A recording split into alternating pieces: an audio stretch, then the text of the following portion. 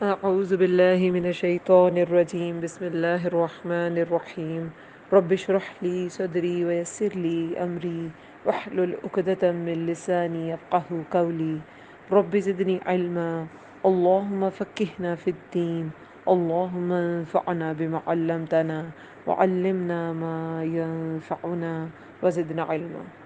السلام علیکم ورحمۃ اللہ وبرکاتہ۔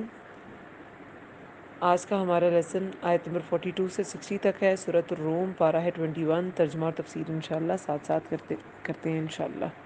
اللہ تعالیٰ سب سننے والوں کو اپنی حفظ امان میں رکھے، صحت اور ایمان کی بہترین حالت میں رکھے۔ مسلمان جہاں جہاں مشکلات میں ہیں، جس طرح کی مشکلات میں، اللہ تعالیٰ سب مشکلات سے نجات دلائے انہیں، آمین یا رب العالمین۔ لاسٹ لیسن میں ہم نے تحفے کے بارے میں پڑھا اور یہ بھی دیکھا کہ معمولی سے معمولی تحفہ بھی اگر خلوص دل کے ساتھ دیا جائے تو اسے اچھے طریقے سے، اسے عمدہ طریقے سے قبول کرنا چاہیے، اور تحفہ دینے والا بھی جو اپنے لیے چیز پسند کرتا ہے ویسا ہی تحفہ دے۔ اور جیسے حضرت عائشہ رضی اللہ عنہا نے اپنے بھانجے سے کہا تھا، حضرت عروہ رضی اللہ عنہ سے، کہ ہم ایک چاند دیکھتے پھر اگلا چاند دیکھتے، ہمارے گھر میں چولہا نہ جلتا تھا، یعنی کہ 2 مہینے، ایک چاند دیکھا ایک مہینہ گزرا، دوسرا دیکھا دوسرا مہینہ گزرا۔ تو حضرت عروہ رضی اللہ عنہ نے فرمایا تو آپ زندہ کیسے رہتے تھے؟ تو حضرت عائشہ رضی اللہ عنہا نے فرمایا 2 کالی چیزوں پر، اسودان کا ورڈ آتا ہے نا، کھجور اور پانی، مطلب محاورتاً عربوں میں اگر ایک چیز کا جو رنگ ہے تو دوسرے کو بھی اس کے ساتھ اسی کا تسنیہ کا صیغہ لگا دیا جاتا ہے، یہ عربی کا اسلوب ہے۔ جیسے سورج اور چاند کو شمسانی کہہ دیتے ہیں، ٹھیک ہے، حالانکہ شمس تو سورج ہوتا ہے، چاند تو قمر ہوتا ہے، لیکن ایسے کہہ دیا جاتا ہے۔ تو پھر حضرت عائشہ رضی اللہ عنہا نے فرمایا کہ کسی نے بکری کا دودھ نبی صلی اللہ علیہ وسلم کو ہدیہ اگر کیا ہوتا تھا، جو آپ صلی اللہ علیہ وسلم پھر پی لیتے تھے اور ازواج کو بھی پلا دیتے تھے، یعنی کہ ہدیتاً رسول اللہ کو دودھ بھی بھیجا جاتا تھا۔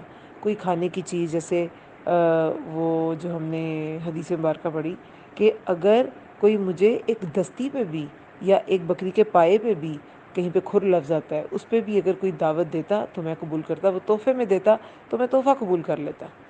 اور صحابیات کو بھی وہ فرماتے تھے کہ اپنا کھانے کا جو شوربہ ہے وہ لمبا کر لیا کرو، لیکن اپنے ہمسایوں کو جو چیز پکاتے ہو اسے وہ دیا کرو۔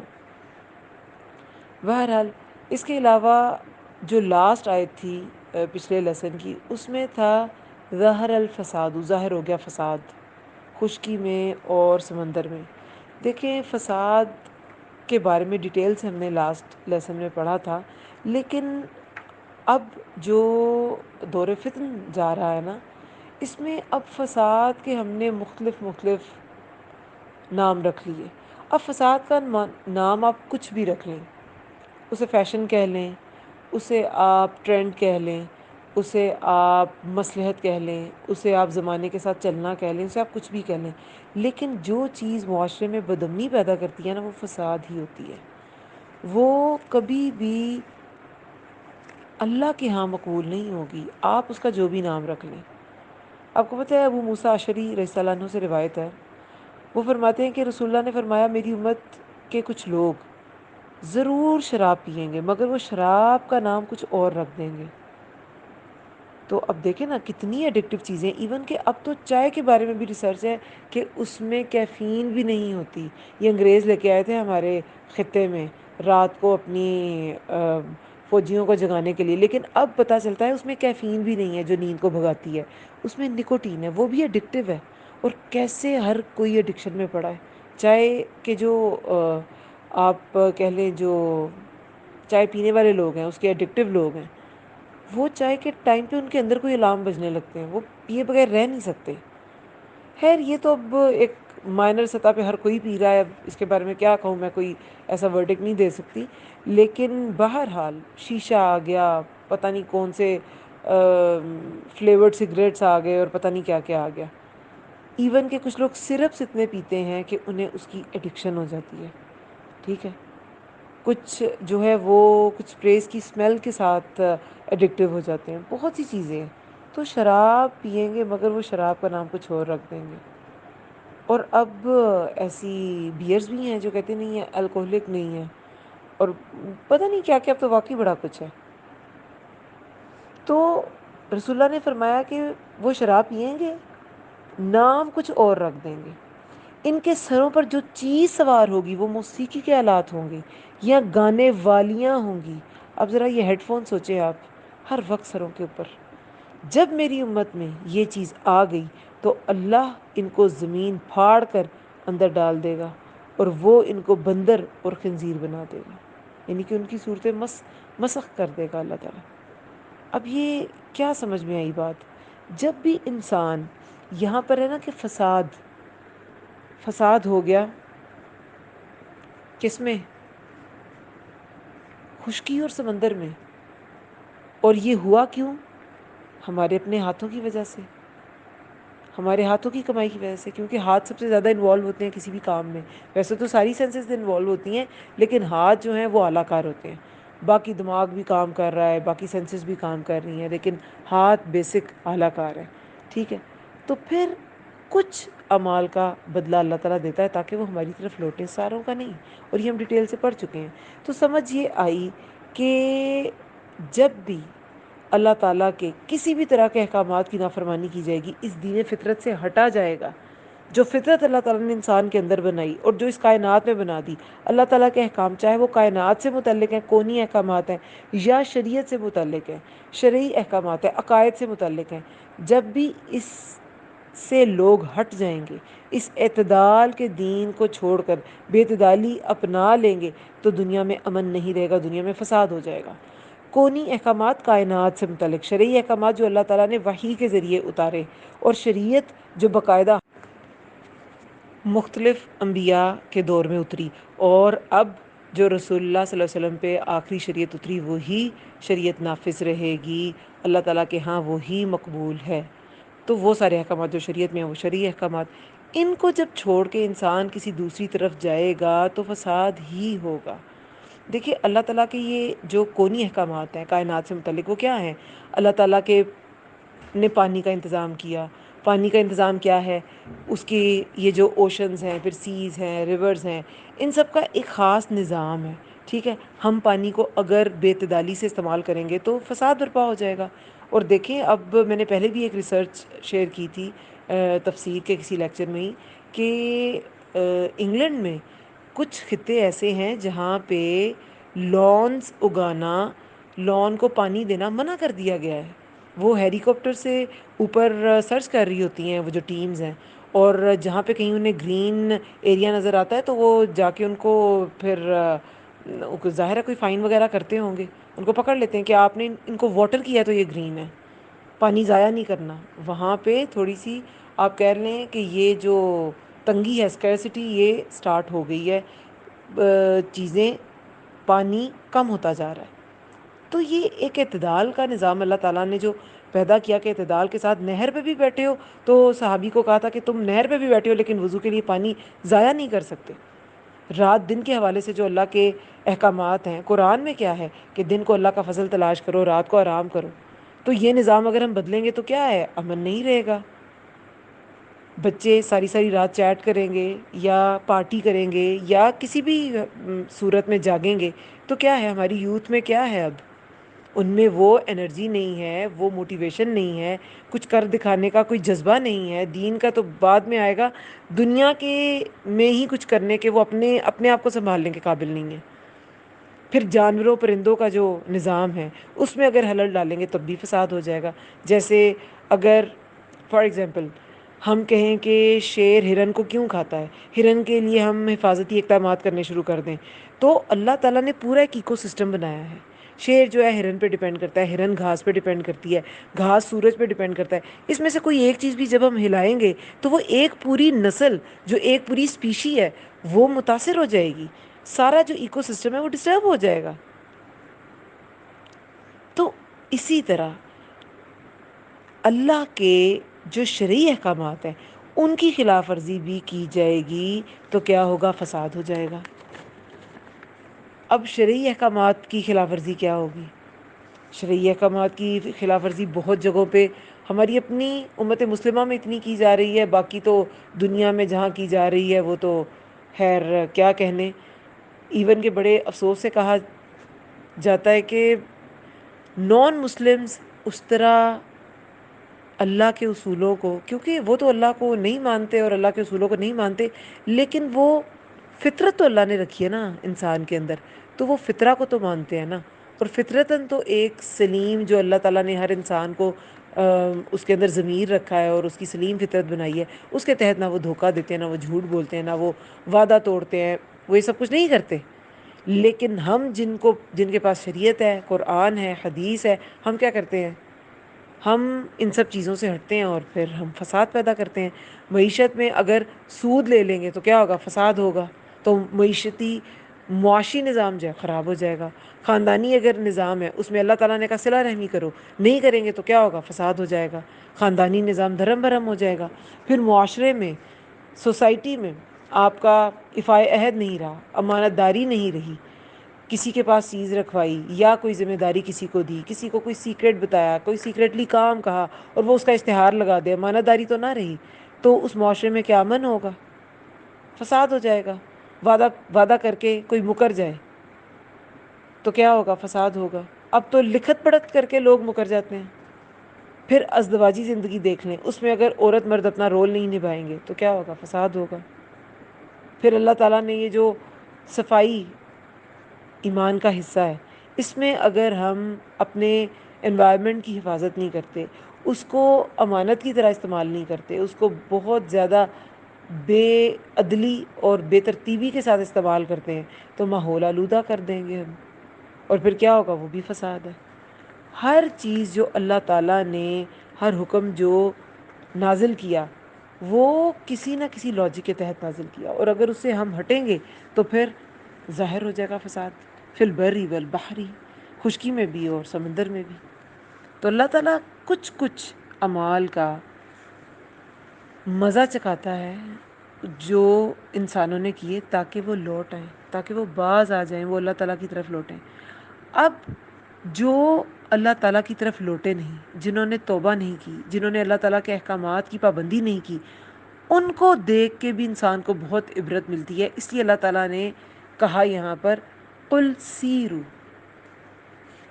اب یہی جو ہے نا حکم، یہ سورہ روم کی شروع کی آیات میں، آپ 9 اور 10 آیت نکالیں نا تو آپ کو اس سے ملتا جلتا حکم ہی نظر آئے گا.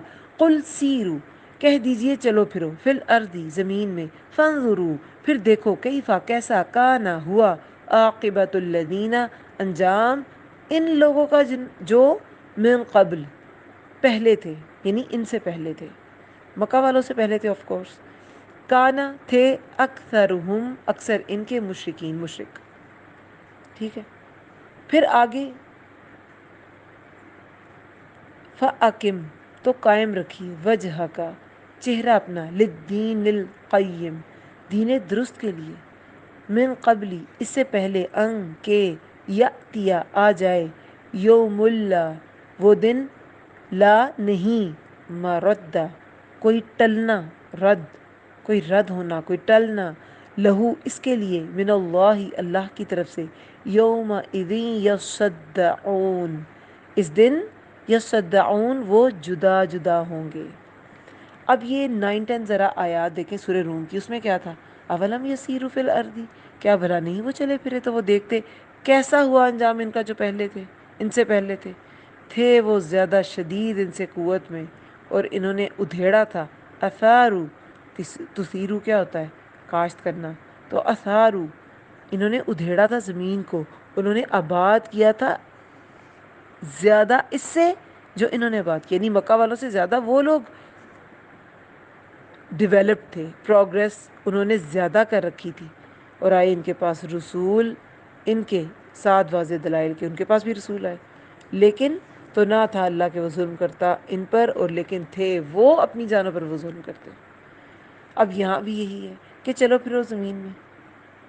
موجودہ لوگوں کو نصیحت کی جا رہی ہے. دیکھیں پہلے مخاطب تو اہل مکہ ہے، لیکن مکی صورتوں میں ظاہر ہے مخاطب تو وہی تھے، لیکن بعد میں جو بھی پڑھے گا وہ سب ان باتوں کو غور سے سنیں. جیسے اب آگے رسول اللہ سے خطاب ہے، فَأَقِمْ وَجْهَكَ، قائم رکھیے چہرہ اپنا. لیکن مکی صورتوں میں رسول اللہ سے ہی خطاب ہے، وہی نازل ہو رہی تھی ظاہر ہے. لیکن اس کے بعد تمام مسلمانوں سے خطاب ہے، اور ان کے لیے وہی احکامات ہیں جو رسول اللہ کو مخاطب کر کے پیش کیے گئے ہیں.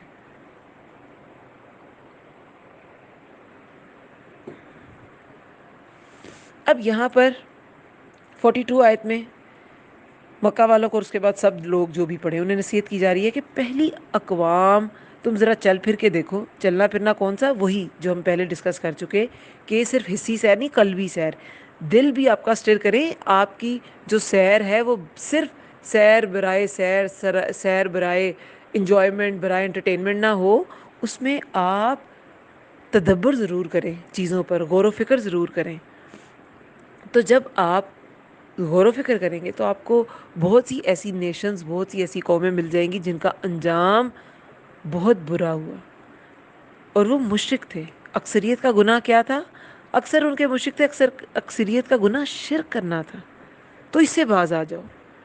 تو شرک سے باز آ جاؤ تو کرنا کیا ہے؟ فَأَقِمْ، فَأَقِمْ تو قائم رکھیے، وجہ کا چہرہ اپنا. رسول اللہ سے خطاب ہے لیکن باقی سب مخاطب ہیں. جو بھی رسول اللہ کے دین کو فالو کرتے ہیں وہ سب مخاطب ہیں. رسول اللہ کو خطاب ہے کہ آپ صلی اللہ علیہ وسلم اپنی ذات کو نمونہ بنا کر، رول ماڈل بنا کر ابتدا کیجیے. تو قائم رکھیے چہرہ اپنا، للدین القیم، دین قیم کے لیے اپنا چہرہ قائم رکھیے، اپنا رخ اس کی طرف رکھیے، اپنی جو موٹیویٹڈ ہے اس کی طرف موٹیویٹڈ رہیے. چہرہ جس طرف ہوتا ہے انسان کا رخ بھی اسی طرف ہوتا ہے. تو اپنے دین کے لیے، درست دین کے لیے موٹیویٹڈ رہیے. من قبلی، اس سے پہلے، ان یاتیا، کہ آ جائے، یوم اللہ، وہ دن نہیں کوئی ٹلنا اس کے لیے اللہ کی طرف سے. کہ اس سے پہلے کہ وہ دن آ جائے جو ٹالا ہی نہیں جا سکتا. دنیا میں تو کوئی مصیبت آ جاتی ہے، کچھ ہو گیا تو انسان اس کے اس کے لیے ہیلے کرتا ہے، اس کے لیے اس کے توڑ کرتا ہے کہ میں کہیں موو کر جاؤں، میں اس گھر کو چھوڑ کے چلا جاؤں، کوئی مصیبت آ رہی ہے یا کوئی کرائسس آ گئے ہیں. تو انسان بچ نکلتا ہے. جیسے قرض لیا ہوا ہے، قرض دار آ رہے ہیں اور آپ کے پاس چکانے کے لیے پیسے نہیں، آپ کہیں نکل جائیں گے. ٹھیک ہے، ایسے کرنا نہیں چاہیے. ایک ایگزامپل ہے، کوئی نہ کوئی راستہ فرار کا مل جائے گا اس دنیا میں رہتے ہوئے. کوئی پکڑا گیا، کسی فیملی کا کوئی ممبر پکڑا گیا تو وہ اس کے فیملی ممبرس کو ڈسٹرب نہ کریں. جیسے پاکستان کا جو جوڈیشری کا نظام ہے وہ کچھ اتنا اچھا نہیں ہے، تو پورے گھر کو تنگ کیا جاتا ہے کسی ایک انسان کے کرائم کی وجہ سے. تو وہ لوگ بھی پھر نکل جاتے ہیں، وہ بھی در بدر ہو جاتے ہیں. تو انسان کو کوئی صورت نکل آتی ہے، کوئی مشکل آ گئی، وہ کہیں نکل جائے. ٹھیک ہے، پیسوں کی ضرورت پڑ گئی، کسی رشتہ دار سے مانگ لیے، کچھ کر لیا، بینک سے لے لیے، کچھ کوئی صورت نظر آتی ہے. لیکن اس دن لا مردہ، نہیں کوئی ٹلنا اس کے لیے. وہ دن ٹلے گا ہی نہیں. وہ دن کسی کے لیے ہلکا نہیں ہوگا، نہیں کوئی ٹلنا اس کے لیے اللہ کی طرف سے. یومئذ یصدعون، اس دن وہ جدا جدا ہوں گے. اب صدا فرقون بھی ہو سکتا تھا، ٹھیک ہے، لیکن یا فرقون ایسے بھی ہو سکتا تھا، لیکن وہ نہیں ہوا کہ دونوں، اس کا مطلب بھی فرق ہونا، پھٹنا، جدا جدا ہو جانا. لیکن وہ دو حصوں میں بانٹ جانا ہے. ٹھیک ہے، جیسے فجر کے لیے بھی ورڈ آتا ہے فرقہ کا، کہ دو حصوں میں دن رات الگ الگ ہو رہے ہوتے ہیں نا، اندھیرا اجالا الگ الگ اس ٹائم ہوئے ہوتے ہیں. لیکن یہ صدا جو ہے نا، صاد دال عین، اس کا روٹ ورڈ ہے، اس کا معنی ہے پھٹ جانا، الگ ہو جانا. لیکن اس طرح الگ ہونا کہ صرف دڑاڑ پڑی ہو، دو حصے الگ نہ ہوں. کسی کام کی خوبی اس کے انجام کی خوبی سے ظاہر ہوتی ہے. کسی کام کی خوبی اس کے انجام کی خوبی سے ظاہر ہوتی ہے. یعنی کہ انما الاعمال بالخواتیم، اعمال کا دار و مدار اس کے خاتمے پر ہے. اب یہ کیسا ان لوگوں کا خاتمہ ہوا کہ یہ ان کے دل پھٹے ہوں گے اس دن. ٹھیک ہے، قیامت کے دن لوگ کیا ہو جائیں گے؟ متفرق ہو جائیں گے. ایک تو یہ ہے کہ وہ متفرق ہو جائیں گے، فرقہ فرقہ ہو جائیں گے، یہ بھی ہم نے پڑھا تھا کہ مومن اور کافر الگ الگ ہو جائیں گے. لیکن اب جیسے کافر ہیں وہ تو اکٹھے ہی ہوں گے نا، لیکن دل ان کے پھٹے ہوں گے. کیسی بات ہے؟ مومنوں کے دل میں محبت ہوگی. اگر کسی کے دل میں کوئی بغض ذرا سا ہوگا بھی تو کیا ہوگا؟ کنترا کے مقام پہ ان کے دل دھو دیے جائیں گے. ٹھیک ہے، تو ان کے دل میں ایک دوسرے کے لیے کوئی بغض، کوئی حسد، کچھ نہیں ہوگا. لیکن یہ جو کافر ہوں گے نا، جو لوٹنا چاہیں گے، لیکن ان کے لیے کہا گیا ہے کہ اس دن نہیں کوئی ٹلنا اس کے لیے اللہ کی طرف سے. اس دن وہ جدا جدا ہوں گے وہ اکٹھے. یصدعون، جیسے میں نے کہا نا کہ یہ صدا جو ہے یہ ایسا ایسا دڑاڑ اس کی ہونا. امام راغب کہتے ہیں کہ صدا جو ہے وہ لوہے یا شیشے میں دڑاڑ کا آ جانا ہے، کہ وہ پوری طرح چیزیں الگ نہ ہو، صرف اس کے اندر دڑاڑ آ جائے. تو دلوں میں ان کے دڑاڑ ہوگی.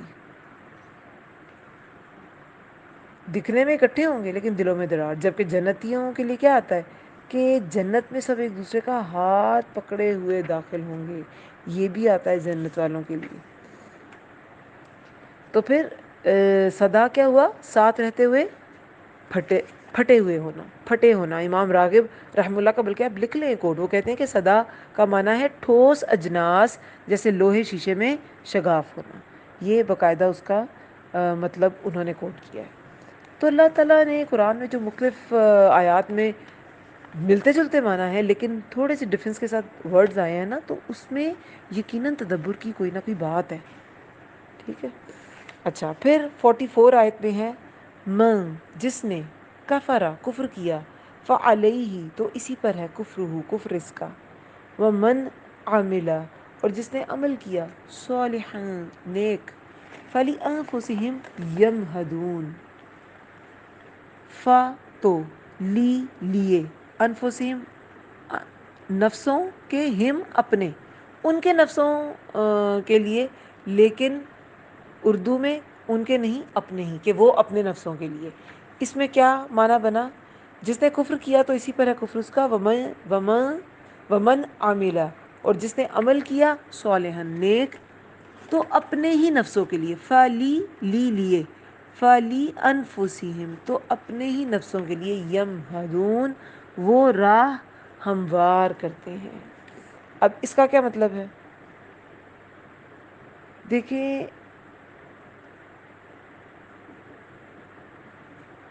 دنیا میں انسان کو عمل کا اختیار دیا گیا، چاہے وہ اللہ تعالیٰ کے سامنے سرنڈر کر دے، سبمٹ کر دے، اور چاہے وہ انکار کر دے، کفر کر لے. ٹھیک ہے. تو جس نے کفر کیا اس کا فائدہ نقصان اسی کو ہوگا، اور جس نے صالح نیک عمل کیا، جو اللہ تعالیٰ کے ہاں نیک تھے، جو اللہ تعالیٰ کے ہاں ایمان اور صالح عمل مطلوب ہیں. تو صالح عمل کی ڈیفینیشن ہم بارہا پڑھ چکے ہیں کہ وہ اللہ تعالیٰ کی رضا کے لیے ہو اور سنت کے مطابق ہو. سنت کے مطابق کا مطلب ہے اس میں بدعت نہ ہو، اور اللہ کی رضا کے لیے ہو، یعنی کہ اس میں شرک نہ ہو. تو شرک اور بدعت کے دروازے کو پوری طرح بند کیا گیا ہے عمل صالح کہہ کے. ٹھیک ہے. تو جس نے کفر کیا، جس نے ان چیزوں کا انکار کیا، تو اس کا کفر اسی پر ہے. اور جس نے عمل کیے نیک، تو وہ اپنے نفسوں کے لیے کیا کر رہا ہے؟ یمہدون وہ راہ ہموار کر رہے ہیں. ایسے لوگ مہد، میم ہا دال، مہد کیا کہتے ہیں؟ کہاں ہم نے پڑھا ہے مہد؟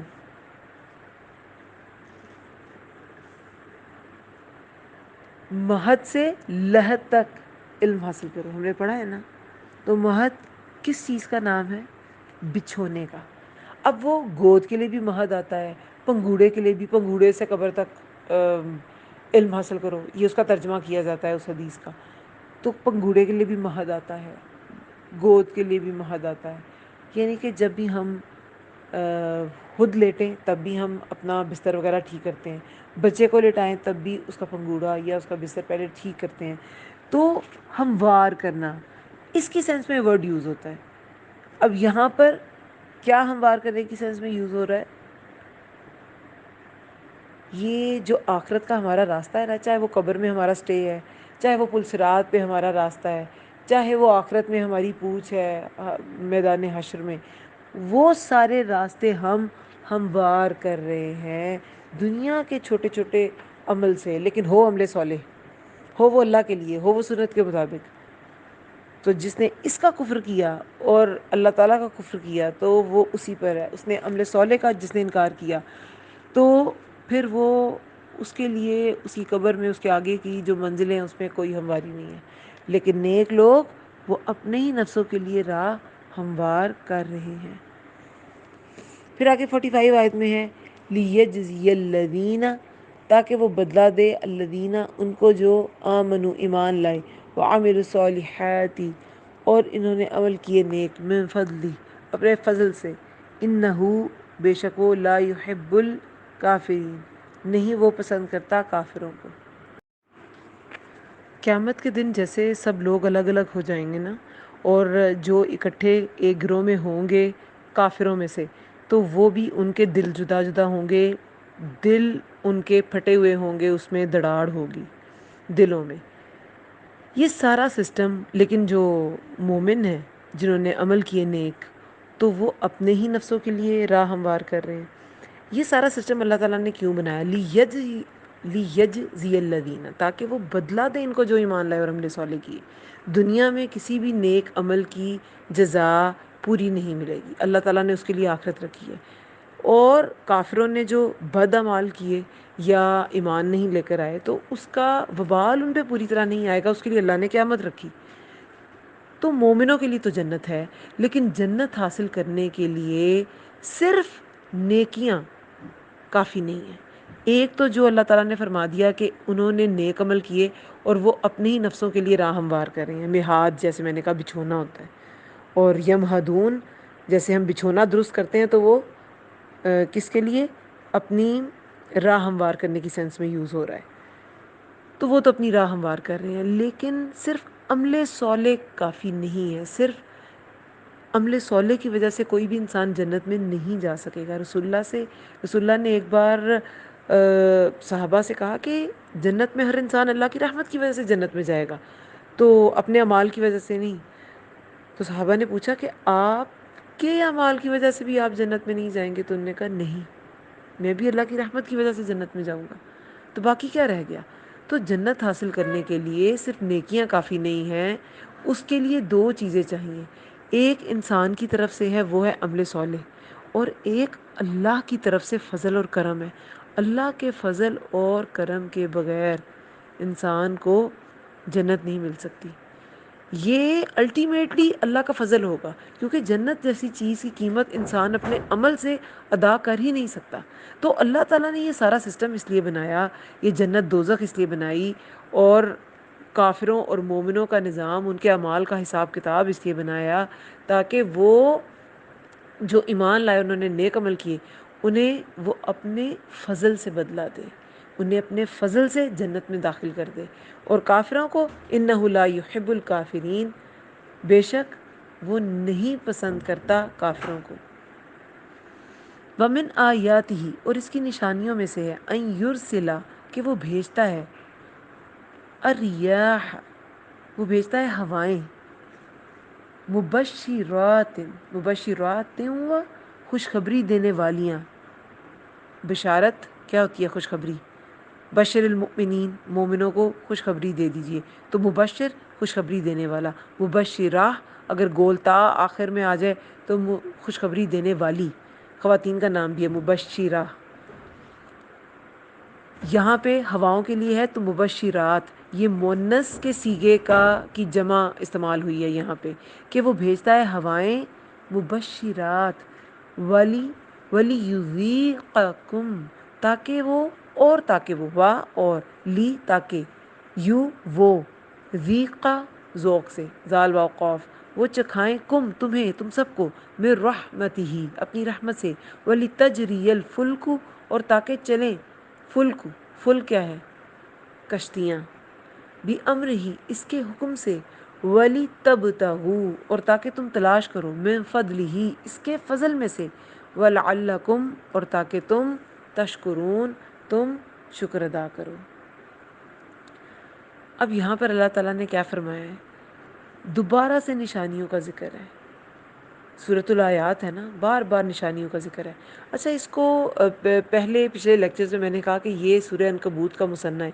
اگر آپ ان کے مضامین دیکھیں نا تو یہ سورہ عنکبوت جو ہے اس میں فتنے کی باتیں ہیں، سورۃ الفتن ہے نا وہ، اس کا جو مضمون ہے نا، مضامین وہ ملتے جلتے ہیں سورہ لقمان سے جو سورہ روم کے بعد آئی ہے، لیکن سورہ روم کی جو مضامین ہیں وہ ملتے جلتے ہیں سورہ السجدہ سے جو سورہ لقمان کے بعد آئے گی۔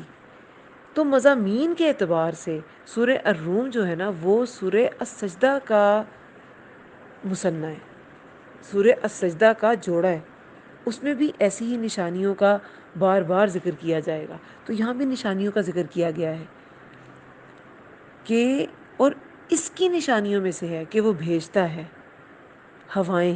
اب اللہ تعالیٰ نے ہواؤں کا ذکر کیا، ریاح جو ہے نا یہ ہمیشہ خوشخبری، اچھی نشانیوں کے لیے لفظ استعمال ہوگا، اور ریح جب سنگولر ہے نا، کیونکہ اللہ کے نبی نے جو دعائیں مانگی ہیں اس میں سے بھی جو دعا کا ہم عربی دیکھتے ہیں نا، جب ریاح کا ورڈ آیا ہے تو وہ یا اللہ یہ خوشخبری دینے والی ہوں، یہ راحت پہنچانے والی ہوں، اور یا اللہ یہ جو ہوائیں، جب ہوائیں چلتی تھی، آندھیاں چلتی تھی، رسول اللہ دعا مانگتے تھے تو اللہ تعالیٰ نے دعا مانگی یا اللہ یہ ریح نہ ہو، یعنی یہ گرم لو، عذاب والی ہوا نہ ہو۔ تو ریاح یہ جو ورڈ ہے پلورل، یہ اچھی ہواؤں کے لیے آتا ہے کہ وہ بھیجتا ہے ریاح، ہوائیں، مبشرات، خوشخبری دینے والیاں۔ اب یہ اللہ تعالیٰ کی ایک اور نشانی کا ذکر ہے۔ اللہ تعالیٰ پر ایمان لانے کے لیے اللہ تعالیٰ نے بے شمار دلائل دیے سورۃ الروم میں، اور ان میں سے ایک اور دلیل آئی ہے ہوائیں۔ دیکھیں بادل تو اب سائنس نے بھی دریافت کر لیے کہ جی پانی ہے نا زمین پہ، اس لیے یہ ایویپریٹ ہو جاتا ہے، ایویپریٹ ہوتا ہے تو اس سے کلاؤڈز بنتے ہیں، پھر وہ کلاؤڈز آگے چلے جاتے ہیں کیونکہ سمندر کے اوپر والے حصے میں کم ہی بارشیں ہوتی ہیں، تھوڑا سا آگے ہوائیں ان بادلوں کو آگے لے جاتی ہیں اور وہ کسی اور جگہ جا کے وہ بادل برستے ہیں، تو کسی اور جگہ جہاں پانی نہیں ہے وہاں بادل برستے ہیں۔ یہ اللہ کا نظام ہے، اور پانی اس طرح پورے دنیا میں اس کا ایک سرکل چلتا رہتا ہے، ہر جگہ پانی پہنچتا ہے۔ اب اگر یہ ہوائیں نہ چلیں تو بادلوں کو آگے موو کون کرے گا؟ یہ ہوائیں کون چلاتا ہے؟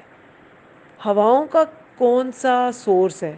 اور وہ اگر سورس ڈھونڈنے لگے تو وہ بھی کوئی نہ کوئی نکل ہی آئے گا سائنٹیفکلی، لیکن انسان کی سوچ کو سٹر کیا گیا ہے کہ یہ ہوائیں کون چلا دیتا ہے؟ کوئی نہ کوئی سورس نکلے گا، وہ سورس ایسا ہوگا، وہ انسانی سورس تو نہیں ہے نا، کوئی انسان تو نہیں کر سکتا، یہ ایویپریشن بھی کوئی انسان تو نہیں کر سکتا۔ اللہ تعالیٰ نے سورج چمکایا ہے اور سورج سے ایویپریشن ہوتی ہے اور وہ ویپرز بنتے ہیں اور بادل بنتے ہیں، اسی طرح اللہ نے ہی ہوائیں چلائی ہوتی ہیں۔ اس کی کوئی بھی وجہ ہو کہ جی سمندر سے ایسے اندر بخارات اٹھے، پریشر کہیں پہ کم ہوا، کہیں پہ زیادہ ہوا، ہوائیں جو ہیں وہ ہائی کنسنٹریشن سے لو کنسنٹریشن، ہائی پریشر سے لو پریشر پہ موو کرنے لگیں، کوئی مونسون ہوائیں چلتی ہیں، مختلف اس کی توجیحات ہیں۔ تو وہ ہوا، لیکن کرنے والا کوئی انسان تو نہیں ہو سکتا، آرٹیفیشلی تو کوئی ہوائیں اور ونڈز پیدا نہیں کر سکتا، اللہ تعالیٰ ہوائیں چلاتا ہے۔ اور پھر اللہ کی نشانیوں میں سے ہے ریاح، خوشخبری دینے والی ہوائیں، اور وہ خوشخبری دینے والی ہوائیں کیا ہوتی ہیں؟ وہ چکھاتی ہیں تاکہ وہ چکھائیں تمہیں اپنی رحمت سے، تاکہ وہ چکھائے تمہیں اپنی رحمت سے، یعنی کہ اللہ تعالیٰ تمہیں ان ہواؤں کے ذریعے اپنی رحمت کا مزہ چکھائے۔ بارش بھی ہواؤں کے بعد آتی ہے، وہ بھی اللہ کی رحمت ہے۔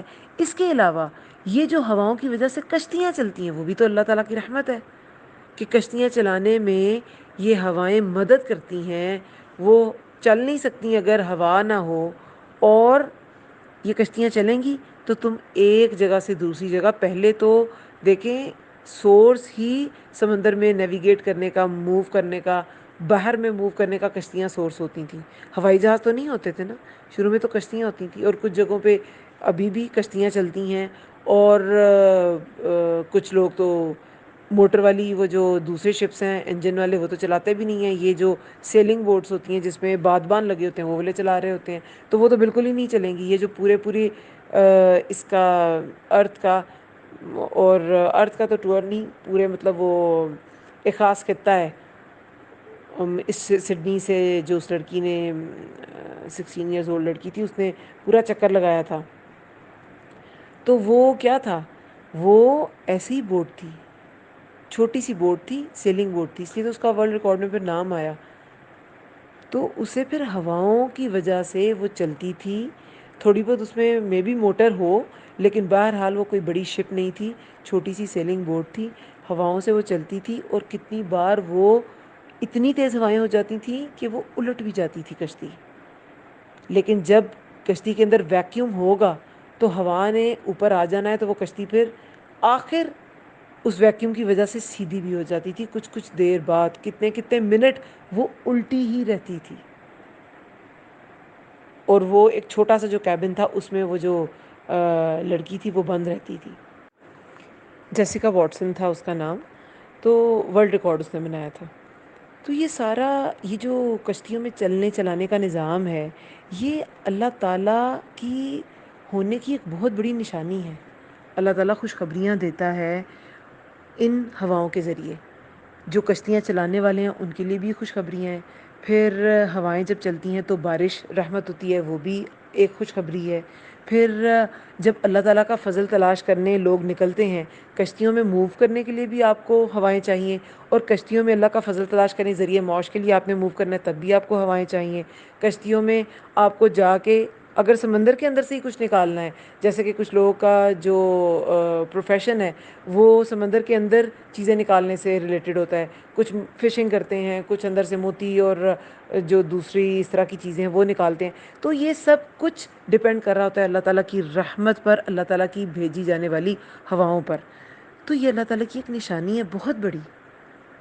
تو اس کی نشانیوں میں سے ہے کہ وہ بھیجتا ہے ریاح، ہوائیں، مبشرات، خوشخبری دینے والیاں، اور تاکہ وہ چکھائے تمہیں من رحمت ہی، اپنی رحمت سے، وَلِتَجْرِيَ الْفُلْكُ، اور تاکہ چلیں کشتیاں اس کے حکم سے، اور تاکہ تم تلاش کرو اس کے فضل میں سے. اور فضل میں سے جیسے میں نے بتایا کہ بہت سی چیزیں، یہ سب چیزیں اللہ کے فضل میں ہی آتی ہیں.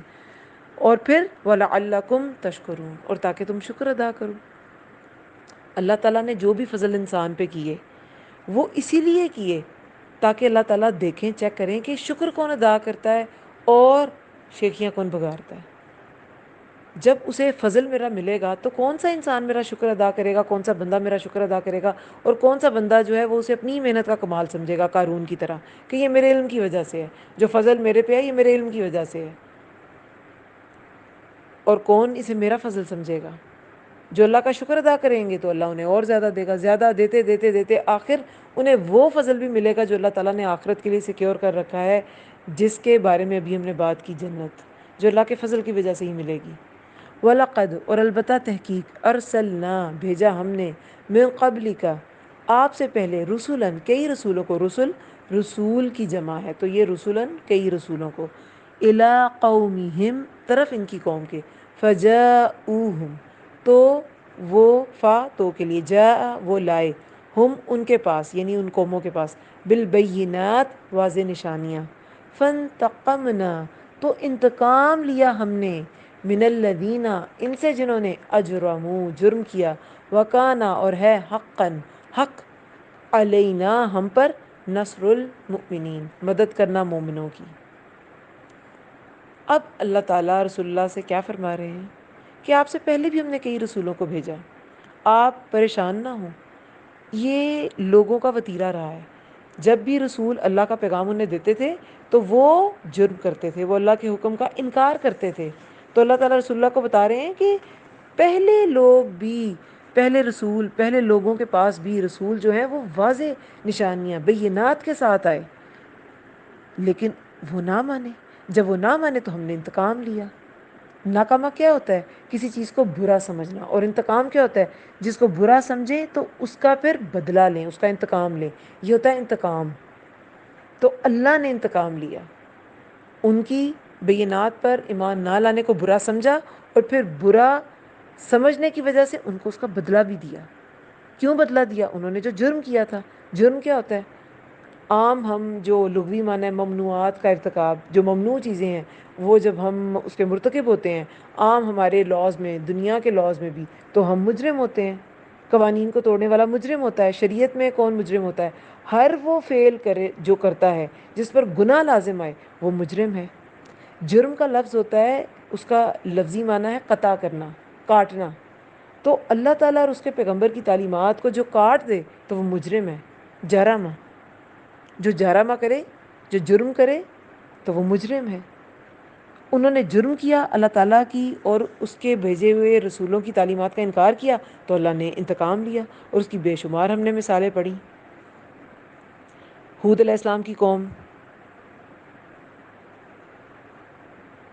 عاد سے انتقام لیا گیا، صالح علیہ السلام کی قوم سمود سے انتقام لیا گیا، نوح علیہ السلام کی قوم سے، لوط علیہ السلام کی قوم سے، سب یہ جو اقوام جن جو تباہ کی گئیں اللہ تعالیٰ کے عذاب کے ساتھ، تو یہ کیا تھا؟ ان سے انتقام لیا گیا۔ لیکن مومنین کی مدد کی جاتی ہے، وَكَانَ، اور ہے، حقاً، حق علینا، ہم پر، اللہ تعالیٰ پر حق ہے، نصر المؤمنین، مدد کرنا مومنوں کی۔ پچھلی اقوام کو دیکھیں، تب بھی اللہ تعالیٰ نے ہر مومن کی مدد کی، آئندہ بھی اللہ تعالیٰ مومنوں کی مدد کرے گا، کیونکہ اللہ تعالیٰ نے کیا کہہ دیا ہے کہ یہ ہم پر حق ہے۔ اللہ تعالیٰ نے یہ خود پر حق کر رکھا ہے، فرض کر رکھا ہے کہ وہ مومنوں کی مدد ضرور کرے گا۔ پہلے وہ حق کا ساتھ دیں گے، عمل صالح کریں گے، حق کو قبول کریں گے، اور پھر ان کا یہ حق ہوگا کہ اللہ تعالیٰ ان کی مدد کرے۔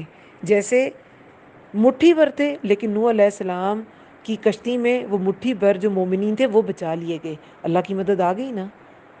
پھر لوط علیہ السلام کے ساتھ بھی گنے چنے گنتی کے لوگ تھے، مگر جو مومن تھے وہ بچا لیے گئے، اللہ کی مدد آ گئی۔ بدر میں 313 تھے، اللہ کی مدد آ گئی، 1000 فرشتے آئے۔ احد میں 5000 فرشتے آ سکتے تھے، قرآن میں اللہ نے کہا، لیکن نہیں آئے۔ جو 1000 سے مدد کر سکتا ہے 5000 سے بھی کر سکتا ہے، لیکن نہیں آئے۔ 70 شہید بھی ہوئے لیکن نہیں آئے، کہیں نہ کہیں حق سے ہٹے ہوئے تھے نا۔ صرف 35 لوگ تھے جنہوں نے وہ درہ چھوڑا تھا، 50 لوگ تعینات تھے، اور تقریباً کہا جاتا ہے کہ 35 نے درہ چھوڑ دیا تھا، تو کیا ہوا؟ 70 شہید ہوئے۔ جب ہم حق سے ہٹ جاتے ہیں نا تو پھر اللہ کی مدد نہیں آتی، پھر نقصان ہوتا ہے۔ اور کبھی کبھی انسان کو حق دکھانے کے لیے، مومن کو حق دکھانے کے لیے اس کو مدد نہ دینا ضروری ہوتا ہے، لیکن اگر وہ حق پہ ہے تو اللہ تعالیٰ نے کہا ہے کہ پھر اگر وہ عمل صالح پہ ہے اور اللہ تعالیٰ پر یقین کے مقام پہ ہے تو حقاً علینا نصر المؤمنین، حق ہم پر ہے، حق ہم پر مدد کرنا مومنوں کی۔ آپ پورے انبیاء کی ہسٹری دیکھ لیں، ابراہیم علیہ السلام کی مدد آئی، یوسف علیہ السلام کی، یونس علیہ السلام کی، اور اس کے علاوہ جو نیک لوگ جتنے بھی ہم نے دیکھے، کہف والے، ان کی مدد آئی۔ پھر بدر میں صحابہ کی مدد آئی، رسول اللہ جب غار میں تھے ابو بکر صدیق رضی اللہ عنہ کے ساتھ، ان کی مدد آئی، کتنی جگہوں پہ مدد کی گئی، صحابہ کی بھی کتنی جگہوں پہ مدد کی گئی۔ تو یہ مدد آتی ہے، مگر اس کے لیے ایمان کا خالص ہونا ضروری ہے، پھر اللہ تعالیٰ کی نصر آتی ہے۔ اللہ، اللہ، الذی، وہ ہے جو، یرسل، بھیجتا ہے، ریاح، یرسل الریاح، بھیجتا ہے ہواؤں کو، فتثیر، تو وہ اٹھاتی ہیں۔ تثیر کیا ہوتا ہے؟ اوپر نیچے کر دینا۔ ابھی ہم نے وہ کچھ ہی دیر پہلے ورڈ کیا پڑھا تھا، اثارو کا، کہ وہ انہوں نے بہت زیادہ ترقی کر رکھی تھی، زمین کو خوب کھودا تھا، ادھر اثار کا ورڈ تھا۔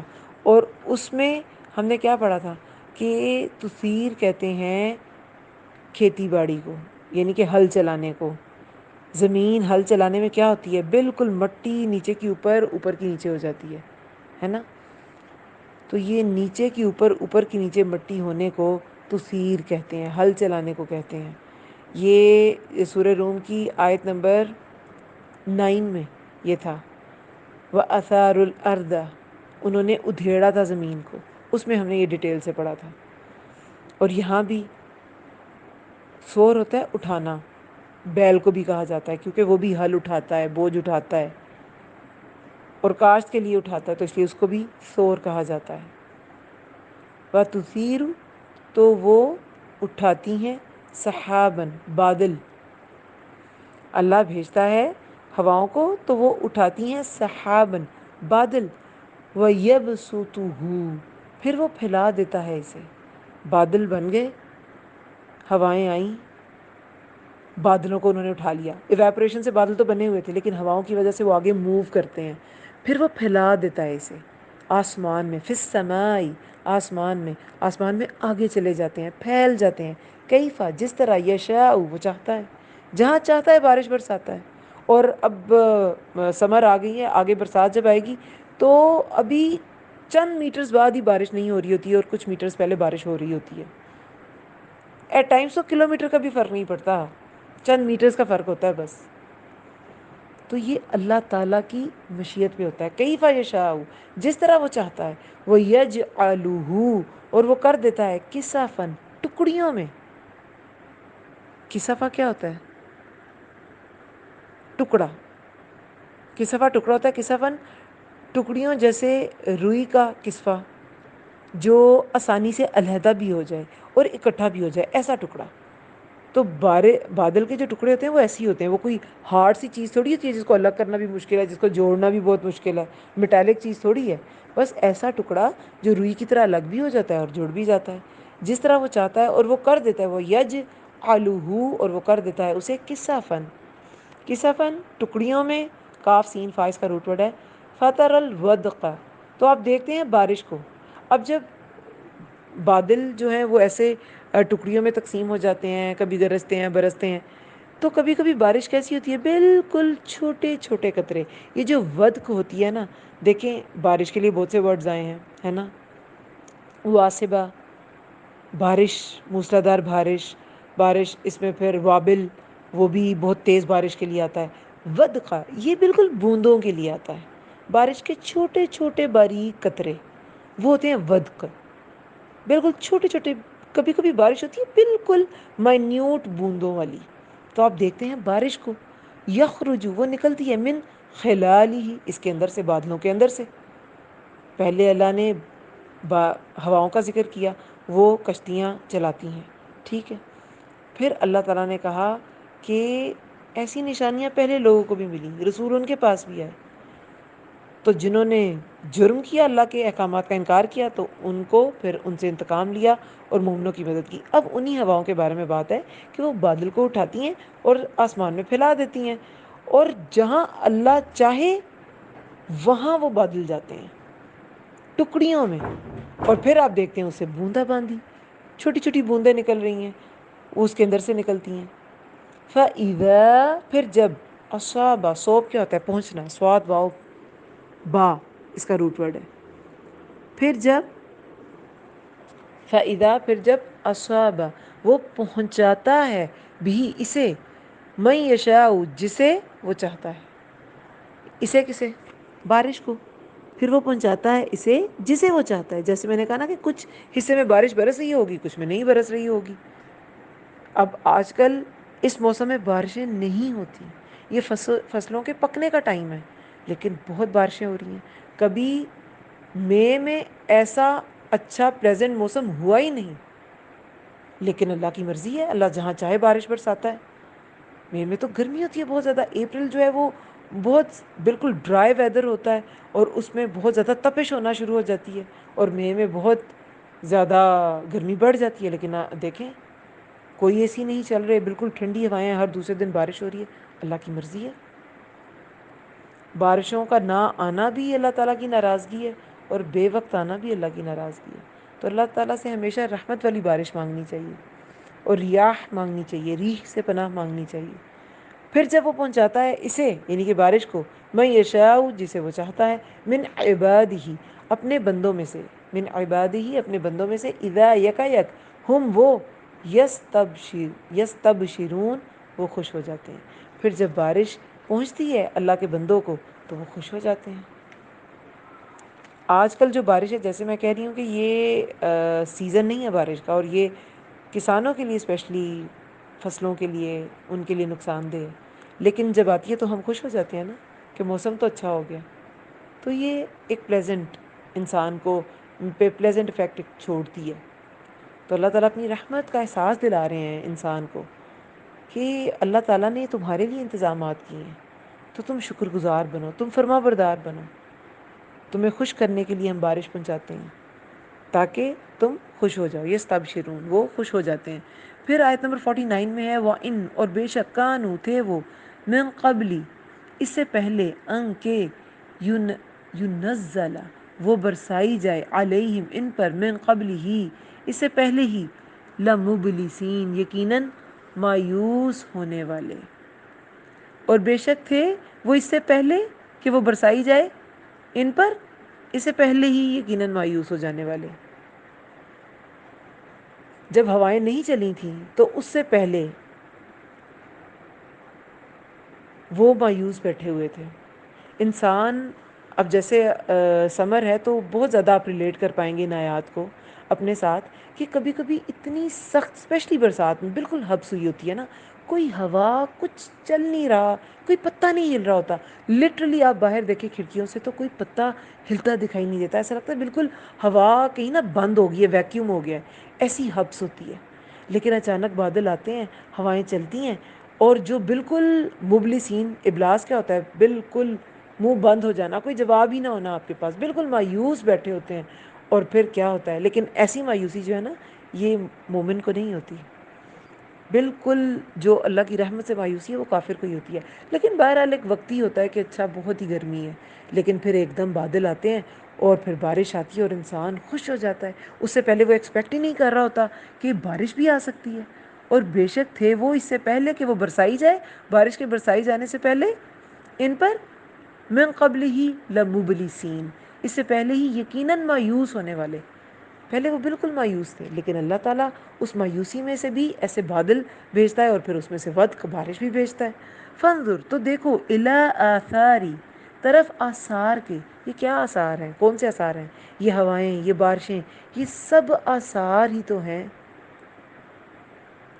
یہ سب آثار ہیں اللہ تعالیٰ کی رحمت کے آثار۔ کبھی آپ دیکھیں نا تو آپ کو آپ کے اپنے گھر کی چھتوں پہ، آپ کے ٹیرس پہ، آپ کے صحن میں ایسی ایسی چیزیں نظر آئیں گی کہ آپ کو سمجھ آئے گی واقعی اللہ کی کیسی خوبصورت کائنات ہے، جو اللہ نے انسان کے لیے اتنی مزین کی اور اتنی خوبصورت بنائی، اس کی ہوائیں، اس کی بارشیں، اس کے بادل، اس کا آسمان، اس کے تارے، سب کچھ ہی کتنا خوبصورت ہے۔ ابھی کچھ دن پہلے بچے باہر سائیکلنگ کر رہے تھے تو میں اپنے گھر کے پورچ میں ہی تھی، تو اس میں نا میں نے بچوں کو آواز دی، یہ کیا ہے؟ وہ بالکل ایسے لگے کہ بادلوں کے پیچھے نا کوئی گلٹر سے باہر نکل رہے ہیں، کوئی چمکدار چیزیں باہر نکل رہی ہیں، سمجھ نہیں آیا، میں نے کہا یہ کیا ہے؟ بالکل بادل وہ ایسے ایلیومینیٹ کر رہا ہے، ایسے وہ چمک رہا، بڑا زبردست قسم کا۔ تھوڑی دیر بعد ایسے بالکل گول سا اندر سے گولا نکلا، وہ چاند تھا۔ ذہن سے میرے نکل ہی گیا کہ اچھا ہاں چاند، چاند بادلوں کے پیچھے ہے، بادل آگے آگے ہیں چاند کے، لیکن اتنا خوبصورت وہ بادل کا نظارہ تھا۔ تو اللہ تعالیٰ ایسے نظارے، آپ تدبر کرنے والے بنیں، آپ کو اپنے گھر کی کھڑکیوں کے باہر ہی ایسے نظارے مل جائیں گے۔ اتنے خوبصورت رنگ کبھی کبھی آسمان پہ ہوتے ہیں، ڈفرینٹ ڈفرینٹ، پنک سا کلر کبھی آیا ہوتا ہے، کبھی کلرز میں اتنی ویریشن، بادلوں کے پیٹرن میں اتنی ویریشن، جیسے کبھی کبھی تو واقعی ایسے لگتے ہیں کہ وہ جو بادل ہے نا وہ کسی نے اس کے اوپر واقعی اس کو دھنکا ہوا ہے، اور وہ جگہ جگہ جگہ جگہ ایک جیسا پیٹرن بنا ہوتا ہے۔ کیا ہے اللہ کی رحمت، اللہ تعالیٰ کی طرف سے نشانیاں ہیں، کوئی سمجھے تو۔ فنظر، تو دیکھو، اللہ تعالیٰ تو دکھاتے ہیں کہ دیکھو انہیں۔ فنظر، تو دیکھو، الی آثاری، طرف آثار کے، رحمت اللہ، اللہ کی رحمت کے، کیفا، کس طرح، یحیی، وہ زندہ کرتا ہے، یحیی الارض، زمین کو، بعد موتیہا، بعد اس کی موت کے۔ اب وہ بارش جو تھی پہلے تو اس نے انسانوں کو خوش کیا، انسان خوش ہو جاتے ہیں، وہ جو مایوس بیٹھے تھے ان کی طبیعتیں باغ باغ ہو جاتی ہیں۔ پھر اس کی ایک اور مثال کہ اسی بارش کے ذریعے مردہ زمین کو، بعد موتیہا، اس کی موت کے بعد اللہ تعالیٰ زندہ کر دیتا ہے۔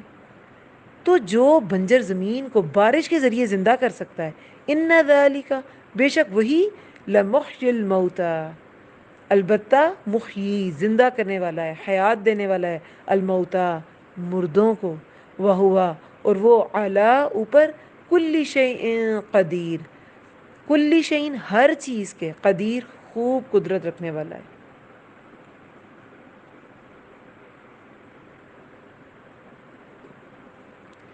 اب جو ان آثار پہ غور کریں گے نا وہ سمجھ جائیں گے کہ یہ جو اللہ تعالیٰ کی نشانیاں ہیں، بارش کی صورت میں، پودوں کی صورت میں، یہ بالکل زمین مٹی بربری ریت. کچھ تو پودے جو ہیں وہ ریتلی زمین پہ بھی اگتے ہیں، جیسے دالیں وغیرہ جو ہیں وہ سینڈی سوئل میں اگتی ہیں، ٹھیک ہے. کچھ جو سبزیاں ہیں وہ لوم میں، جو بالکل جس میں ہمس بھی ہو، یعنی کہ یہ جو پلانٹس اور اینیملس کا آپ کہہ لیں کہ ڈیڈ پلانٹس اینیملز ہیں وہ بھی ہوں خوب، یعنی کہ وہ زرخیز ہو، اس میں خوب نیوٹرینٹس ہو، اس میں کچھ پودے اگتے ہیں، سبزیاں بڑی اچھی اس میں اگتی ہیں. کچھ کلے میں جو بالکل چکنی مٹی ہوتی ہے، کچھ چیزیں اس میں اگتی ہیں. تو ڈفرینٹ جگہوں پہ ڈفرینٹ بارشیں، بارشوں کے ڈفرینٹ لیول، ڈفرینٹ اس کی دھاریں، جیسے کچھ ودک ہوں گی. کسی فصل کو بالکل ہلکی بارش چاہیے ہوتی ہے، کسی کو تیز بارش چاہیے ہوتی ہے، چاول کی فصل کو بہت پانی چاہیے ہوتا ہے، اور کسی فصل کو اتنا نہیں چاہیے ہوتا. کچھ سینڈی سوئل میں، کچھ لوم میں، کچھ کلے سوئل میں، مختلف مٹیوں کی قسم ہے. تو ڈفرینٹ جگہوں پہ ڈفرینٹ چیزیں اللہ اگاتا ہے. بالکل مٹی ہوتی ہے، اندر اس کے سبزہ اگاتا ہے. مردہ زمین کو زندہ کر دیتا ہے، تو وہ مردوں کو زندہ نہیں کر سکے گا. اور پہلے بھی ہم نے پڑھا کہ جو ایک بار زندہ کر دیتا ہے، کر سکتا ہے، جو زندگی دے سکتا ہے، وہ اعادہ بھی کر سکتا ہے، وہ دوبارہ بھی پیدا کرے گا، اور وہ ہر چیز پر قدرت رکھنے والا ہے. وَلَئِنْ اور البتہ اگر ارسلنا بھیجیں ہم ریحا. اب یہ ریحا آیا ہے، اب یہ ریاح نہیں ہے، ٹھیک ہے. اب یہ خوشخبری والی ہواؤں کا ذکر نہیں ہے. جیسے رسول اللہ کی دعاؤں میں ریاحن کی اللہ تعالیٰ کے نبی نے دعا مانگی اور ریحا سے پناہ مانگی کہ یہ یا اللہ، یہ ہوائیں جو ہیں یہ ریاح ہوں، ریحا نہ ہوں، یعنی کہ وہ گرم لوئیں نہ ہوں جو انسان کو پریشان کرتی ہیں. وَلَئِنْ اور البتہ اگر ارسلنا بھیجیں ہم ریحا ہوا کو، فرعوہ پھر وہ دیکھیں اس کو، کس کو؟ کھیتی کو. بریکٹ میں کھیتی لکھ لیں. پھر وہ دیکھیں اس کو مصفرن. سفرا کیا ہوتا ہے؟ سفرا صاد فا را، ٹھیک ہے. مصفرن زرد. سفرا مؤنث میں زرد رنگ کو کہتے ہیں. اصفر مذکر میں زرد رنگ کو کہتے ہیں، ٹھیک ہے. یہ زرد گائے کا ذکر سورہ بقرہ میں بھی تھا، تو اس میں بھی یہ ورڈ یوز ہوا تھا، ٹھیک ہے. تو سفرا کے روٹ ورڈ سے مصفرن زرد پڑی ہوئی. پھر وہ دیکھیں اس کو زرد پڑی ہوئی، یعنی کہ پہلے خوشخبری کا ذکر اللہ تعالیٰ نے کر دیا کہ ہم ایسی ہوائیں بھیجتے ہیں جس سے بادل آتے ہیں، جس سے بارشیں آتی ہیں، تم خوش ہو جاتے ہو، پہلے نا امید تھے. لیکن اگر ہم البتہ اگر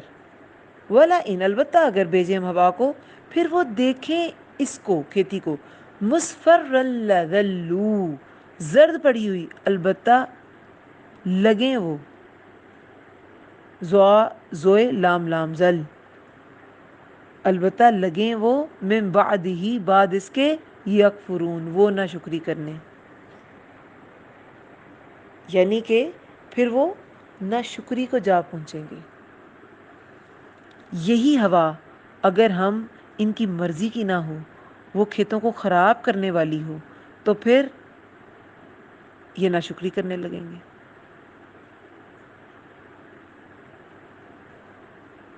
فَإِنَّكَ پس بے شک آپ، لا تسمعوا اب یہ اللہ تعالیٰ نے نشانیاں بتا دیں کہ یہی ہوا ہم خوشخبری والے بھی بنا کے بھیجتے ہیں، اور یہی جب ریحا بھیجتے ہیں تو پھر وہ ان کی جو کھیتی ہے وہ اس کو زرد پڑی ہوئی دیکھیں گے، اور پھر وہ ناشکری بھی کرنے لگیں گے. یہ بھی اللہ کی نشانی ہے نا. ایک ہی ہوا ایک ایسا کام بھی کرتی ہے اور دوسری طرح کا کام بھی کرتی ہے.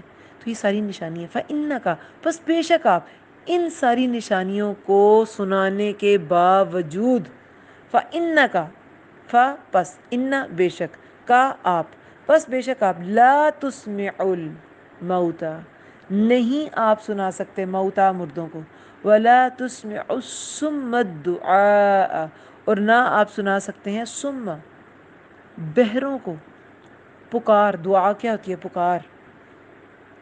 اذا جب، ولو وہ منہ موڑ جائے، واو لام یا ولی منہ موڑ جائیں، مدبرین پیٹھ پھیرتے ہوئے، یعنی کہ جو ان ساری نشانیوں کے باوجود مان کر نہیں دیتا تو پھر وہ مردہ ہے.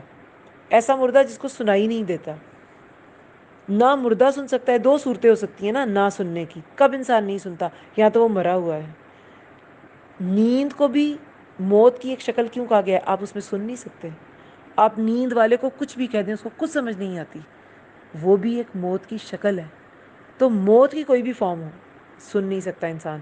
پھر بہرا سن نہیں سکتا، اور بہرے کے ساتھ ایک اور شرط لگا دی اللہ تعالیٰ نے، پیٹھ بھی پھیری ہوئی ہے، کیونکہ بہرا اگر سن نہیں نہ سکتا، لیکن اگر اس نے پیٹھ نہیں پھیری، وہ آپ کو دیکھ رہا ہے، تو وہ آپ کی لپنگ سے، جیسے کچھ لوگ ہوتے ہیں وہ سماعت وقت کے ساتھ ساتھ لوز کرتے ہیں، پہلے وہ ٹھیک ہوتے ہیں لیکن آہستہ آہستہ سماعت چلی جاتی ہے ان کی، کچھ کی بڑھاپے میں چلی جاتی ہے، تو وہ لپنگ سے بہت سی چیزیں سمجھ جاتے ہیں، کیونکہ وہ پہلے تو سنا ہوتا ہے نا انہوں نے، تو وہ سمجھ جاتے ہیں۔ اور جو پیدائشی بہن ہے وہ سائن لینگویج سے، ہاتھوں کے اشاروں سے۔ لیکن اگر جو پیٹھ ہی پھیر لے آپ سے، تو وہ کیا، وہ تو بالکل کچھ نہیں سن سکتا، ایک تو بہرا، اوپر سے پیٹھ پھیری ہوئی۔ تو یہ ایسے انسان کی طرف نشاندہی کی جا رہی ہے جس کی نیت ہی نہیں ہے سننے کی۔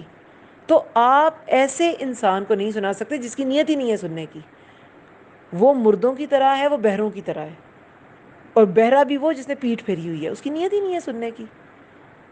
تو پھر رسول اللہ سے کہا جا رہا ہے کہ آپ یہ مکی صورت ہے تو ان سے پریشان نہ ہو، یہ سن کر نہیں دیتے، اتنے دلائل کے باوجود مان کر نہیں دیتے، بس بے شک آپ نہیں سنا سکتے مردوں کو، اور نہ آپ سنا سکتے ہیں بہروں کو پکار جب وہ منہ موڑ جائیں پیٹھ پھیرتے ہوئے۔ پیٹھ پھیری ہوئی ہے، منہ موڑ کے چلے گئے تو کہاں سے سنائیں گے؟ وما، اور نہیں، انتا، آپ، بہادل امی، ہدایت دینے والے، ہادی کیا ہوتا ہے؟ ہدایت دینے والا، بہادل امی، ہدایت دینے والے اندھوں کو، عن دلالتہم، ان کی گمراہی میں، ان کی گمراہی میں،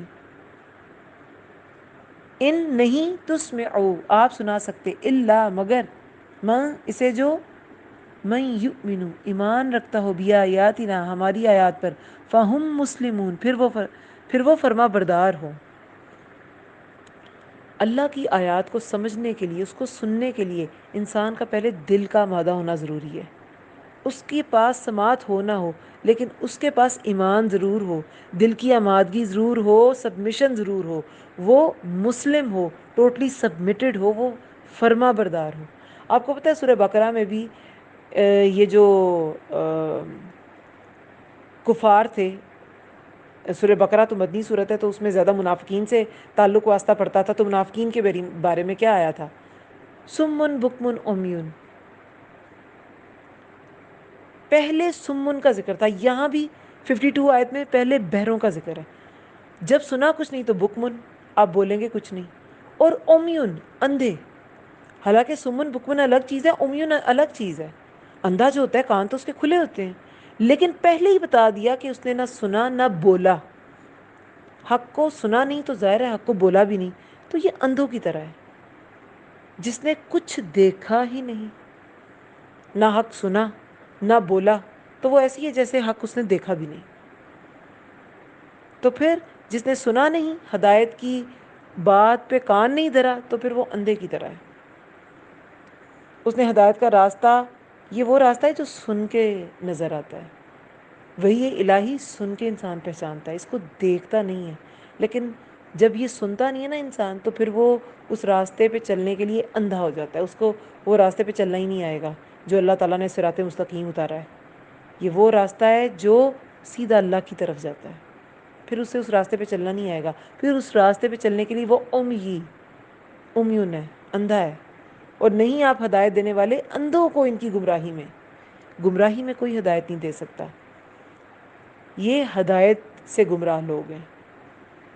ان تسمعوا، نہیں آپ سنا سکتے، الا مگر، من یؤمن، جو ایمان رکھتا ہو، قرآن کو سمجھنے کے لیے، اس کو سننے کے لیے صرف یہ ظاہری سماعت نہیں چاہیے، دل کی آمادگی اور دل کا ایمان بھی چاہیے، دل کی رضا بھی چاہیے، تو آپ انہیں سنا سکتے ہیں۔ نہیں آپ سنا سکتے مگر اسے جو ایمان رکھتا ہو ہماری آیات پر، فہم مسلمون، پھر وہ فرما بردار ہو۔ اللہ الذی، اللہ وہ ہے جس نے، خلقکم، وہ ہے جس نے پیدا کیا تمہیں، من ضعف، کمزوری سے، ثم، پھر، جعل، اس نے بنائی، من بعد، بعد، ضعف، کمزوری کے، قوہ، قوت، ثم پھر جعل اس نے بنائی من بعدی بعد قوت قوت کے ضعفا و شیبہ کمزوری و شیبہ اور بڑھاپا یخلق وہ پیدا کرتا ہے ما یشاء جو وہ چاہتا ہے ما جو یشاء وہ شاء ہوتا ہے چاہنا اور یا وہ جو وہ چاہتا ہے وہ ہوا اور وہی ہے العلیم القدیر خوب جاننے والا بہت قدرت رکھنے والا۔ اب یہاں پر کیا ہے، اللہ تعالیٰ نے انسان کو کمزوری سے پیدا کیا۔ کس چیز سے انسان پیدا ہوتا ہے؟ قرآن میں کہتا ہے اچھلتے ہوئے پانی سے۔ سپرمز کیا ہوتے ہیں؟ اچھلتا ہوا پانی ہوتا ہے، اور ایک تو بالکل ایک سیل ہوتا ہے، ٹھیک ہے، اور دونوں مل کے پھر فرٹیلائزیشن ہوتی ہے، اور پھر وہ ایک جو ہے زائگوٹ بنتا ہے، ایمبریو بنتا ہے، پھر وہ جو ہے جنین جسے کہتے ہیں، اور وہ بنتے بنتے بنتے ایک بیبی تیار ہو جاتا ہے۔ کیسی کمزوری کی حالت ہے، وہ بھی دنیا میں آتا ہے تب بھی کمزوری کی حالت میں ہوتا ہے۔ اب آپ بکری کے اور شیروں کے ان کے بچے دیکھیں، دوسرے جانوروں کے، بکری کا بچہ تو کچھ ہی دیر میں کھڑا ہو جاتا ہے، شیر کا جو بچہ ہے وہ کچھ دن آنکھیں نہیں کھولتا، تو وہ ماں اسے بالکل ساتھ ساتھ رکھتی ہے، لیکن پھر آہستہ آہستہ وہ بھی کافی جلدی سٹیبل ہو جاتا ہے۔ 3 سال کا شیر ایک بڑا شیر ہوتا ہے، جوان، اور 3 سال کا بچہ کیا ہوتا ہے؟ ضعیف، ضعف۔ تو اللہ تعالیٰ نے تمہیں، انسان کو، کمزوری سے پیدا کیا، بالکل ضعف پیدا ہوتا ہے۔ کتنا کمزور ہوتا ہے انسانی بچہ، اور کتنا زیادہ ڈپینڈ کر رہا ہوتا ہے۔ اس لیے انسان کے بچے کو، انسان کے لیے اپنے والدین کا احترام بھی بہت زیادہ رکھا گیا، اور اس پر احسان کا معاملہ بھی بہت زیادہ رکھا گیا، کیونکہ اس کو پالنا بہت مشکل تھا۔ اس کے والدین نے اسے بہت کمزوری کی حالت میں پالا۔ پھر کمزوری کے بعد قوت، جوانی ملتی ہے، پھر قوت کے بعد بڑھاپا آ جاتا ہے۔ کمزوری اور شیبہ، بڑھاپا، وہ پیدا کرتا ہے جو وہ چاہتا ہے۔ سورۃ النمل آیت 70 میں کیا تھا؟ سورۃ النخل میں، سورۃ النخل آیت 70 میں، اور اللہ نے تمہیں پیدا کیا، پھر وہی تمہیں وفات دیتا ہے، اور تم میں سے کوئی ارذل العمر، ناکارہ عمر تک پہنچا دیا جاتا ہے، تاکہ وہ علم کے بعد کچھ نہ جانے۔ اللہ کی مرضی ہے نا۔ کبھی کبھی اتنی توانائی زندگی کی ایک سٹیج پہ کہ علم کا بھی انسان، اور ایسے ایسے بہت فیمس لوگ گزرے ہیں جو بہت بہت فیمس تھے۔ کوئی پریزیڈنٹ تھا کسی ملک کا، امریکہ کے ایک پریزیڈنٹ کی بھی ایک بار میں نے سٹوری شیئر کی تھی، الزائمر ہو گیا، اور بالکل اینڈ پہ اسے کچھ بھی یاد نہیں تھا۔ 80 ایئرز میں، وہ 80s میں اپنی وہ فوت ہوئے۔ لیکن الزائمر میں تو یہ ہوتا ہے کہ آپ کو کپڑے پہننا یاد نہیں رہتا، آپ اگر واش روم میں بیٹھے تو آپ کو اٹھنا یاد نہیں رہے گا۔ تو مطلب اس طرح کی ایکسٹریم، یہ بیماری ایکسٹریم کی طرف جاتی ہے۔ ڈیمنشیا میں بھی ایسے ہی ہوتا ہے کہ آپ بھولنے لگ جاتے ہیں۔ تو اللہ تعالیٰ چاہے تو ارذل العمر کی طرف بڑھا سکتا ہے نا، اور علم کے بعد انسان کچھ نہ جانے۔ بے شک اللہ خوب جاننے والا ہے، خوب قدرت والا ہے۔ سورہ یاسین میں بھی 68 آیت میں اللہ تعالیٰ نے کیا فرمایا؟ اور جس شخص کو ہم عمر دیں، یعنی کہ زیادہ عمر دیں، ہم اسے پیدائش کی طرف، یعنی حالت پیدائش کی طرف لوٹا دیتے ہیں۔ کیا پھر وہ عقل نہیں رکھتے؟ یعنی کیا تمہیں سمجھ نہیں آتی کہ اس میں اللہ تعالیٰ کی کتنی نشانیاں ہیں؟ اگر انسان کے اپنے ہاتھ میں کچھ ہوتا تو وہ تو ساری زندگی جوان سے جوان ہی ہوتا چلا جاتا، وہ بڑھاپے کی طرف جاتا ہی نہ۔ لیکن یہ اللہ تعالیٰ نے سارا سائیکل رکھا ہے کہ اللہ تعالیٰ پہلے ضعف سے قوت کی طرف لے کے جاتا ہے، اور پھر قوت سے دوبارہ ضعفاً، من بعدی قوت ضعفا و شیبہ، کمزوری اور بڑھاپا وہ پیدا کرتا ہے جو وہ چاہتا ہے، اور وہی ہے خوب علم والا، خوب قدرت رکھنے والا۔ اور اس ضعف کے بعد، اس بڑھاپے کے بعد آخر کیا ہوگا؟ انسان نے چلے جانا ہے اس دنیا سے، اور پھر اٹھے گا کب؟ قیامت کے روز اٹھے گا۔ پھر آیت نمبر 55 میں ہے وَيَوْمَ، اور جس دن تقوم الساعۃ، تقوم قائم ہوگی، الساعہ، ساعہ کس کا نام ہے؟ یوم الساعہ، قیامت کا دن۔ ساعہ قیامت، گھڑی ہے نا، تو وہ قیامت کی گھڑی مراد ہے۔ یقسم، قسمیں کھائیں گے، یقسم المجرمون، قسمیں کھائیں گے مجرمون، مجرم، ماں نہیں، لبثو، لبسا کیا ہوتا ہے؟ ٹھہرنا، لام با ثا، اس کا روٹ ورڈ ہے. نہیں لبثوا وہ ٹھہرے. کون؟ مجرم. نہیں وہ ٹھہرے غیرہ سوائے ساعہ ایک گھڑی کے. کذالک اسی طرح کانوا تھے وہ یؤفکون وہ پھیرے جاتے. افک بہت بار ہم نے پڑھا کہ اس کی اصل رخ سے کسی چیز کو پھیر دینا، یعنی کہ جھوٹ، سچ سے پھر جانا. اسی طرح وہ دنیا میں بھی سچ سے پھر جایا کرتے تھے، اور آخرت میں بھی روز قیامت بھی وہ دیکھ کے تو پھر جائیں گے، اصل حقیقت سے پھر جائیں گے. اصل حقیقت تو کیا تھی؟ وہ بہت دیر ٹھہرے، دنیا میں ٹھہرے، پھر قبر میں بھی ٹھہریں گے، اور پھر انہیں جب اٹھایا جائے گا تو کیا کہیں گے کہ ہم تو ایک گھڑی ٹھہرے. یہ سارا مضمون نا تقریباً اسی سے ملتا جلتا سارا سورہ بقرہ میں کوٹ ہوا. جیسے یہاں بادلوں کی مثال دی گئی، ہواؤں کی مثال دی گئی، اور کشتی کی مثال دی گئی، تو آیت نمبر 164 سورہ بقرہ میں ایسی ہی مثالیں تھیں. بے شک آسمانوں اور زمین کی پیدائش میں، اور رات اور دن کے بدل کر آنے جانے میں، اور ان کشتیوں میں جو سمندر میں ان چیزوں کو لیے چلتی ہیں، اور چلتی ہیں جو لوگوں کو نفع دیتی ہیں، اور اللہ کے نازل کردہ آسمانی پانی میں کہ پھر اس کے ذریعے سے زمین کو جو مردہ ہو چکی تھی زندہ کیا، اور ان ہر قسم کے جانوروں میں جو اس نے زمین میں پھیلائے ہیں، اور ہواؤں کے پھیرنے میں، اور ان بادلوں میں جو آسمان اور زمین کے درمیان پابند کر دیے گئے ہیں. ان لوگوں کے لیے نشانیاں ہیں جو عقل رکھتے ہیں.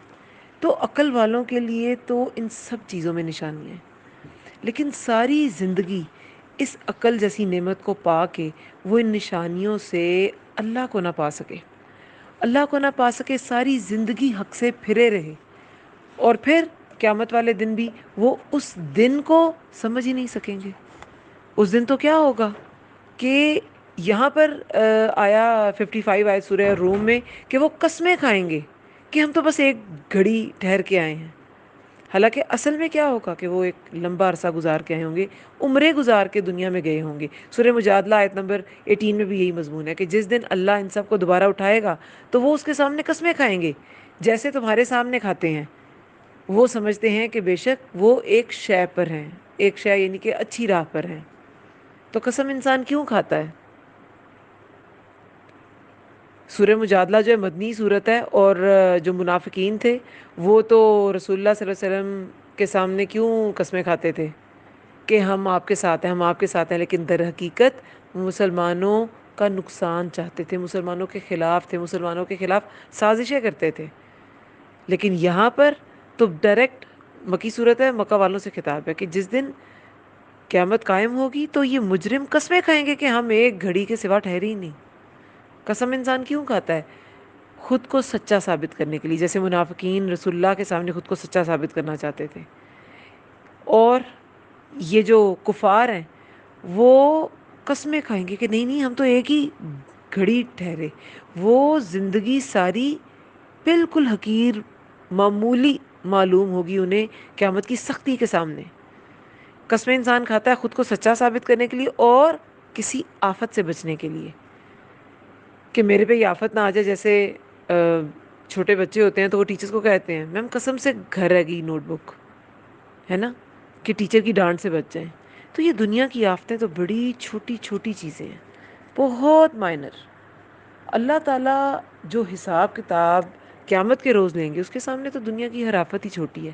ہم دنیا کے مسائل میں گرے ہوئے پریشان ہو جاتے ہیں، کوئی بچوں کے رشتوں کی وجہ سے پریشان، کوئی بیماری ہے گھر میں، کوئی بیمار ہے، پیشنٹ ہے، اس کی وجہ سے پریشان، کوئی رشتوں کی وجہ سے پریشان. یہ جو رشتوں میں قباہتیں ہوتی ہیں، رشتوں کو صلہ رحمی کے دوران، رشتوں کو مینج کرنے کے دوران، انہی میں لگیں. یہ سب تکلیفیں حقیر ہیں، یہ سب تکلیفیں حقیر ہیں، اور قیامت بہت سخت ہے.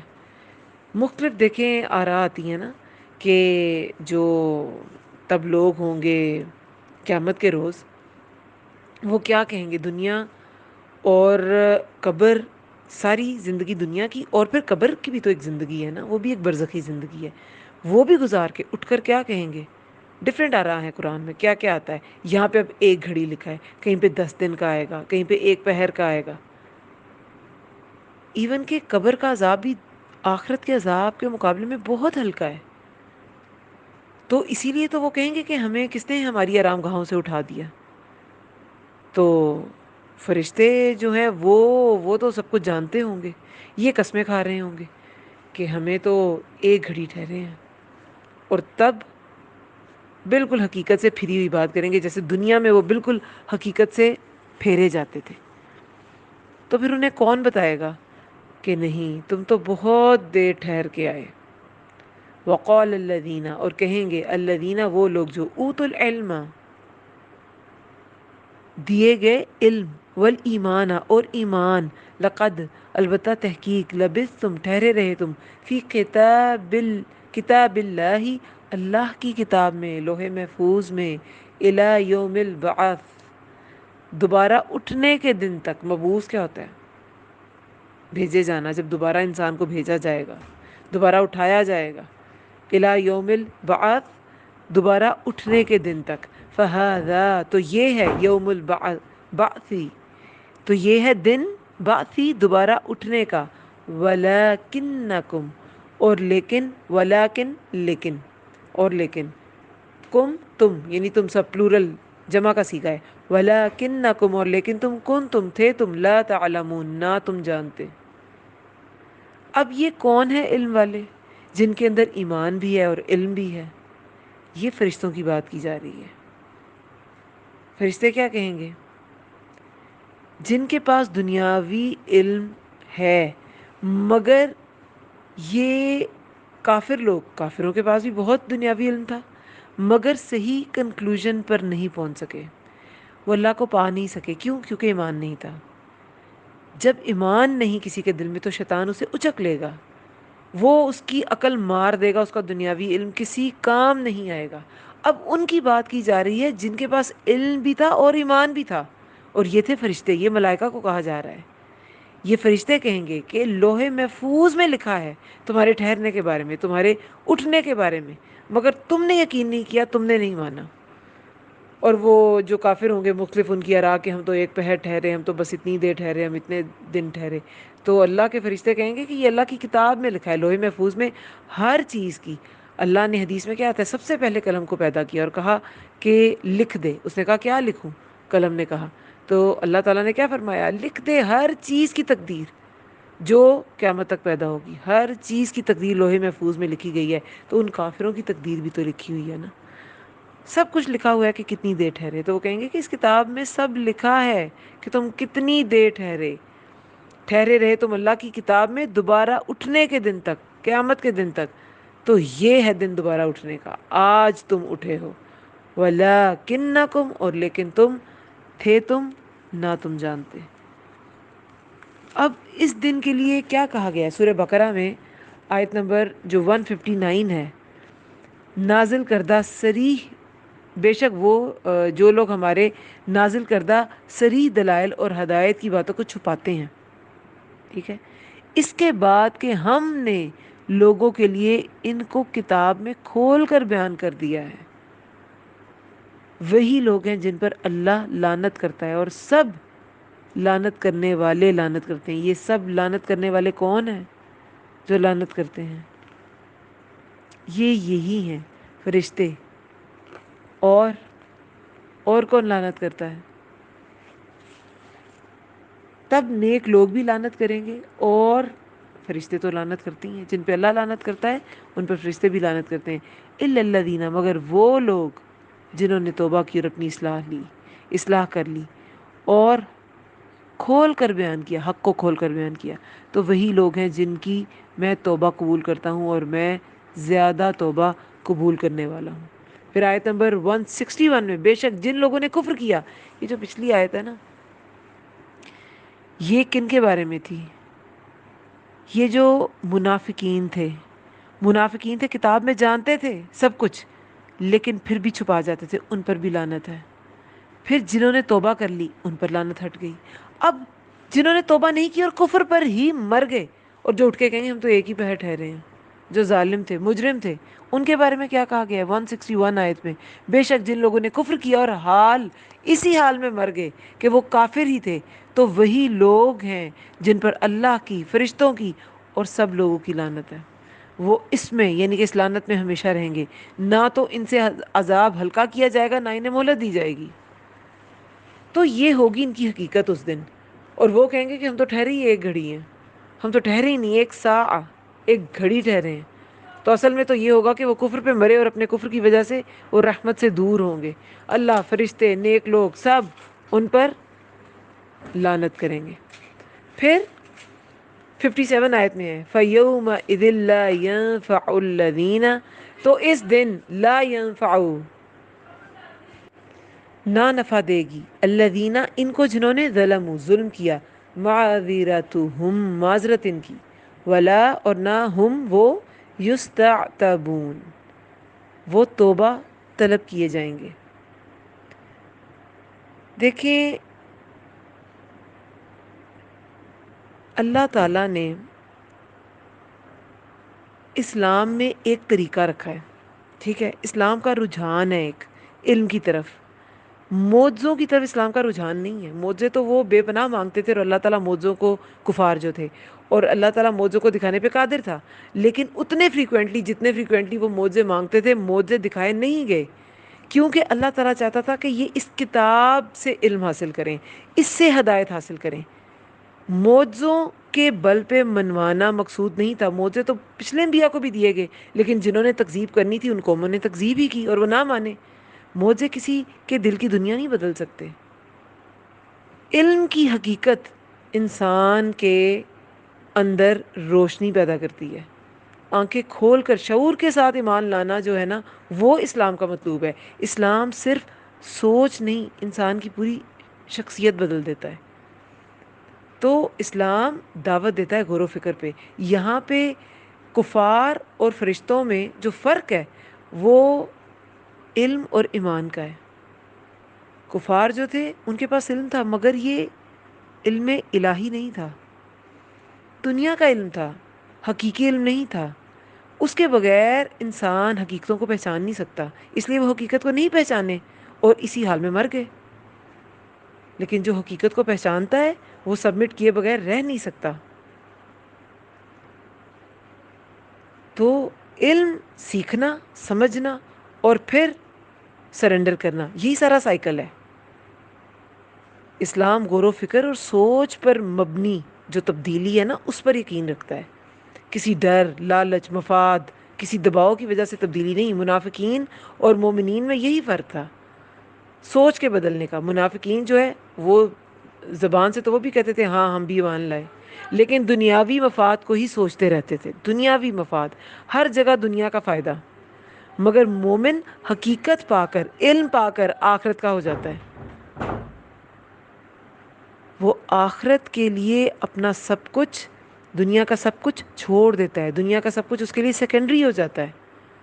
تو یہ تبھی ہوگا جب انسان علم الہی کو حاصل کرے گا۔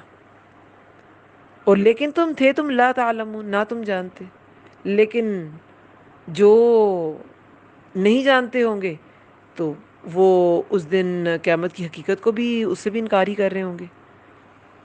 پھر آگے اللہ تعالیٰ 57 آیت پہ فرماتے ہیں کہ اس دن تو حقیقت سمجھ آئی جائے گی نا، ساری زندگی ملی حقیقت جاننے کے لیے، علم الہی بھی تھا، رسول بھی تھا۔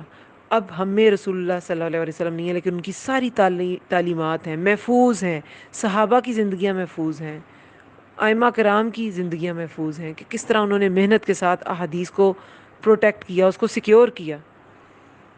تو رسول اللہ کا پورا سوائے حسنہ ہمارے سامنے ہے، اللہ تعالیٰ نے جو وحی بھیجی وہ ہمارے سامنے ہے۔ تو اس دن نہ نفع دے گی ان کو جنہوں نے ظلم کیا، معذرت ان کی، اس دن حقیقت کھل جائے گی، اس دن سب کچھ انہیں سمجھ آ جائے گا، لیکن اس دن کی معذرت انہیں کوئی فائدہ نہیں دے گی۔ یہ دنیا کی معذرت کا فائدہ تھا، دنیا میں توبہ کا فائدہ تھا، ولا ہم، اور نہ وہ توبہ طلب کیے جائیں گے، ان کی توبہ بھی ان سے طلب نہیں ہوگی۔ یستعتبون، یہ یستعتبون کا روٹ ورڈ آئین تا با ہے۔ عتبن کیا ہوتا ہے؟ وہ ناراضگی یا خفگی یا سختی جو ایک انسان کے دل میں دوسرے انسان کے لیے پیدا ہو جائے۔ اتبا جو ہے نا وہ ہوتی ہے رضامندی، لیکن استطاعت جو ہے نا وہ ہے رضامندی چاہنا، جیسے جب انسان توبہ کرتا ہے تو وہ اللہ کی رضامندی چاہتا ہے، تو اس دن ان کو یہ جو توبہ کرنا ہے اور اللہ کو رضامند کرنا ہے یہ کوئی فائدہ نہیں دے گا. وہ دن اللہ کی رضامندی کا دن نہیں ہے، وہ تو جزا سزا کا دن ہے. آج اس وقت اللہ کو راضی کرنے کا وقت ہے. سورہ فصلت میں کیا آتا ہے 24 آیت میں؟ وہ چاہیں گے کہ کوئی ایسا معافی نامہ ہو جائے، لیکن معافی تلافی کا وقت وہ نہیں ہوگا. دنیا میں سارے ریسورسز وحی الہی کے سارے ذرائع اللہ نے دے دیے، رسول بھیجے، اللہ تعالیٰ نے صحیفے بھیجے، آسمانی کتابیں آئیں، اللہ تعالیٰ نے کائنات میں بینات، آیات، نشانیاں بچھا دیں. پوری زمین میں کتنی نشانیاں تو آج ہی ہم نے پڑھی ہیں، ہواؤں میں، کشتی کے چلنے میں اور بارش میں، ہر چیز میں کتنی نشانیاں ہیں. انسان کی تخلیق میں، اس کے جوان ہونے میں، جوانی سے پھر ذوف میں جانے میں، بڑھاپے میں، ہر چیز میں نشانیاں ہیں. پھر بھی نہ بندہ سمجھا، معافی نہ مانگی اللہ سے، تو اس دن معافی قبول نہیں کی جائے گی. آج معافی تلافی کا وقت ہے، بندوں کے ساتھ بھی، اللہ کے ساتھ بھی. آج حقوق العباد، حقوق اللہ پورے کر لیں. کل کوئی وقت نہیں ہوگا، روز قیامت کوئی عذر، کوئی معافی قبول نہ کی جائے گی. جو راضی نامہ کرنا ہے آج کر لیں. وہ دن راضی نامے کا دن نہیں ہے. اس دن کوئی کانٹریکٹ کچھ نہیں کیا جائے گا. ابو سعید خدری سے حدیث پاک مروی ہے، رسول اللہ صلی اللہ علیہ وسلم نے فرمایا کہ اللہ تعالیٰ جنت والوں سے پوچھیں گے کہ تم خوش ہو، راضی ہو؟ وہ کہیں گے ہاں، تو نے ہمیں ہر وہ چیز دی جو کسی کو نہ دی، تو ہم کیوں نہ خوش ہوں. مفہوم ہے اس کا، حدیث کا. تو اللہ تعالیٰ فرمائے گا میں تمہیں اس سے بھی بہتر چیز دیتا ہوں، میں تمہیں اس سے تو اہل جنت کہیں گے کہ وہ کیا؟ تو اللہ تعالیٰ فرمائے گا میں تمہیں ہمیشہ کے لیے، تمہارے لیے ہمیشہ کے لیے اپنی رضامندی کھولتا ہوں، یعنی کہ میں تم سے کبھی ناراض نہیں ہوں گا. یہ مومنوں کو ملے گا، جنتیوں کو ملے گا. لیکن جس نے دنیا میں توبہ نہیں کی اس سے کوئی معافی قبول نہیں کی جائے گی. تو اللہ تعالیٰ سے آج معافی مانگ لیں.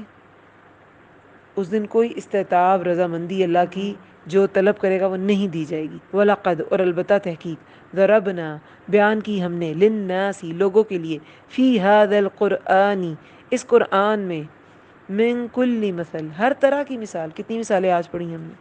اللہ نے ہر طرح کی مثال، قرآن کی ہر صورت میں کوئی نہ کوئی مثال، کوئی نہ کوئی ایسی اللہ تعالیٰ ایسی دلیل پیش کرتے ہیں جو آج سائنس ڈسکور کر رہی ہے، جو آج لوگوں کو سمجھ آ رہی ہے، پھر بھی انسان نہ سمجھے. ولا ان، اور البتہ اگر جئتہم، لائے آپ ان کے پاس، بآیتن، کوئی نشانی، بآیت لیقولن، البتہ ضرور کہیں گے. نون پہ تشدید ہے نا تو کلام میں شدت ہے. البتہ ضرور کہیں گے الذین کفروا، وہ جنہوں نے کفر کیا، ان نہیں، انتم ہو تم، الا مگر، مبتلون، باطل پرست. تو اللہ تعالیٰ کہتے ہیں کہ ہم نے تو اتنی ساری مثالیں بیان کر دیں، اس دن کیوں توبہ قبول نہیں کی جائے گی؟ کیونکہ اتنا کچھ بتایا گیا دنیا میں تو انہوں نے مانا نہیں. تو آج تو وہ تو کیا ہے، یوم الساعہ، قیامت کا دن، بدلے کا دن، یوم الجزا، اور یوم القیامہ، حاقہ، ہلا دینے والا دن. اس دن معذرتوں کا دن نہیں ہے. تو اس قرآن میں اللہ تعالیٰ نے ہر طرح کی مثال بیان کی. اور البتہ اگر آپ لائیں ان کے پاس کوئی نشانی، آپ ان کے پاس یہ جو معجزے طلب کرتے ہیں، یہ جو اتنی نشانیاں مانگتے ہیں، آپ ان کے پاس لیں گے تب بھی یہ ضرور کہیں گے، کیا؟ کافر لوگ، وہ جنہوں نے کفر کیا، کہیں گے کیا؟ کہیں گے کہ تم باطل پرست ہو. باطلہ کیا ہے؟ مبتلون، باطل پرست، بے حقیقت باتیں کرنے والا، باطل باتیں کرنے والا. تم باطل باتیں کرتے ہو، جھوٹی باتیں کرتے ہو. سورہ یونس آیت نمبر 96 میں کیا آتا ہے؟ جسے نہیں ماننا اسے نہیں ماننا، یعنی جن کے دل سخت ہو جاتے ہیں وہ نہیں مانتے. جس کو نہیں ماننا اسے نہیں ماننا. کیسی بھی نشانیاں وہ دیکھ لیں، انہوں نے اپنے دل کو ایسا سخت کر لیا ہوتا ہے، اللہ تعالیٰ کی ہدایت کو قبول نہیں کرتے. پھر اللہ تعالیٰ بھی ان کے دلوں پہ مہر لگا دیتا ہے، اللہ تعالیٰ بھی ان سے ہدایت کی ہدایت کی پہچان کی، حق کو پہچاننے کی حص چھین لیتا ہے. کذالک، اسی طرح، یطبع اللہ، مہر لگا دیتا ہے اللہ، علی قلوب الذین، دلوں پر ان لوگوں کے جو لا یعلمون، نہیں وہ علم رکھتے، جنہوں نے اللہ تعالیٰ کے سارے ریسورسز ہوتے ہوئے بھی اللہ تعالیٰ کے بارے میں جانا نہیں. وہ پھر علم کی بات ہے، جنہوں نے علم کو اہمیت نہیں دی، علم الہی کو اہمیت نہیں دی، تو ایسے لوگوں کے دل پہ اللہ تعالیٰ بھی مہر لگا دیتے ہیں، جنہوں نے جان بوجھ کر نہیں جانا کہ اللہ تعالیٰ نے کیا فرمایا تھا. جیسے ضالین، سورہ فاتحہ کا حال ہی میں جو نئی تفسیر الحمدللہ ریکارڈ کی ہے، اس میں کیا ہے؟ ضالین وہ ہیں جو راستہ بھٹک گئے. ٹھیک ہے، وہ عام اس کا ترجمہ کیا جاتا ہے نصارہ، لیکن جو بھی راستہ بھٹک گیا اسے اللہ نے راستہ دیا تھا لیکن وہ بھٹک گیا اپنا راستہ، تو وہ اللہ تعالیٰ ان کا عذر قبول نہیں کریں گے جب تک کہ وہ اپنا راستہ تلاش نہ کر لیں. اور ایک ان میں سے ایسے بھی میں نے اس ورڈ کو الیبوریٹ کرتے ہوئے بتایا تھا کہ ضالین میں وہ لوگ بھی ہیں جو جان بوجھ کر راستہ تلاش نہیں کرتے. یعنی کہ ایک تو بھٹکے ہوئے نا، راستہ پتہ تھا بھٹک گئے. ایک یہ کہ جو راستہ تلاش ہی نہیں کرتے، جیسے ہم میں سے مسلمز ہیں، کچھ جاننے کی کوشش نہیں کرتے کہ اگر جان لیا تو عمل کرنا پڑے گا. تو وہ جو علم نہیں رکھتے نا، یہ بھی ایک گناہ ہے. ایسے لوگ کے راستے پہ چلنے کا ایک مومن کو حکم نہیں ہے. جن پہ غضب ہوا ان کے راستے پہ بھی نہیں چلنا، اور جو ضالین ہیں ان کے راستے پہ بھی نہیں چلنا. جو جان بوجھ کے بھٹکے ہوئے رہنا پسند کرتے ہیں کہ اگر راستہ مل گیا، پتہ چل گیا کیا کرنا ہے، احکامات کیا ہیں، تو فالو کرنے پڑیں گے، تو اللہ تعالیٰ ایسے لوگوں کے دل پہ مہر لگا دیتے ہیں. اسی طرح مہر لگا دیتا ہے اللہ دلوں پر ان لوگوں کے نہیں وہ علم رکھتے، لا یعلمون، جانتے ہی نہیں جو. فاصبر، پس صبر کیجیے. اب یہ مکی زندگی، مکی دور میں آئی ہے سورہ روم. تو اس کی آخری آیت میں اللہ تعالیٰ نے کیا ایک میسج دیا ہے رسول اللہ صلی اللہ علیہ وسلم کو؟ صبر کیجیے، پس صبر کیجیے. انا، بے شک، وعد اللہ، وعدہ اللہ کا، حق ولا، سچا ہے، اور نہ، اور ولا، اور ہرگز نہ. ہرگز کیوں؟ نون تشدید ہے آگے، نون مشدد ہے آگے، جس کی وجہ سے کلام میں زور ہے. ولا یس تخفن، تخفن کا، اور ہرگز نہ. خفیف کیا ہوتا ہے؟ ہلکا. خا، فا، فا اس کا روٹ ورڈ ہے. اور ہرگز نہ ہلکا پائیں کا آپ کو، اینڈ پہ کا ہے نا، یہ حاضر، حاضر کی ضمیر ہے، واحد حاضر کی. پس صبر کیجئے، بے شک وعدہ اللہ کا سچا ہے، اور ہرگز نہ ہلکا پائیں آپ کو الذین، وہ لوگ جو لا یوقنون، نہیں وہ یقین رکھتے. یعنی کہ کون یقین نہیں رکھتے تھے؟ اللہ کو اللہ تو وہ بھی کہتے تھے، مانتے بھی تھے، یقین نہیں تھا کہ سارے اختیارات کا مالک وہ بس ایک ہی ذات ہے. کسی کو کوئی اختیار کسی دیوی کو نہیں ملا. اللہ تعالیٰ کی ذات پر جیسا یقین ہونا چاہیے ویسا نہیں تھا. تو ان کے مقابلے پر رسول اللہ کو کیا ہدایت دی گئی ہے؟ فاصبر.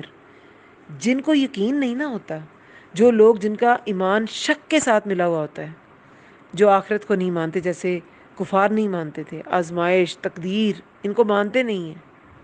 اور کچھ مانتے ہیں لیکن یقین کی حد تک نہیں مانتے. جیسے کفار میں سے بھی کیا تھا؟ اللہ کو مانتے تھے خالق ہے، مگر جس طرح ماننا چاہیے، یکتا، بالکل وہ ایک ہی کریٹر ہے، اس کے ساتھ کوئی اس دنیا کی تخلیق میں، اس کی تدبیر میں، دنیا میں جو سارے کام سلسلے چل رہے ہیں، کوئی اللہ کے ساتھ شامل نہیں، یہ نہیں مانتے تھے. تو یقین کی حد تک نہیں مانتے تھے.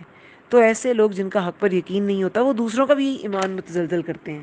اس لیے ایسے لوگ جو ہیں، ان کا مقابلہ کیسے کرنا چاہیے؟ صبر کے ساتھ. یہ دوسروں کا ایمان متزلزل کرتے ہیں تو جمے رہنے کی ضرورت ہوتی ہے، خود کو روکنے کی ضرورت ہوتی ہے. خود کو روک کر استقامت کے ساتھ جمے رہ کر ان کا مقابلہ کیا جاتا ہے. بس صبر کیجئے، بے شک وعدہ اللہ کا سچا ہے. کیا ہے وعدہ اللہ کا؟ وعدہ کہ مومنوں پر اللہ کی مدد آتی ہے، یہ اللہ کا وعدہ ہے. یہ بھی پیچھے آیت میں ہم نے کیا پڑھا تھا؟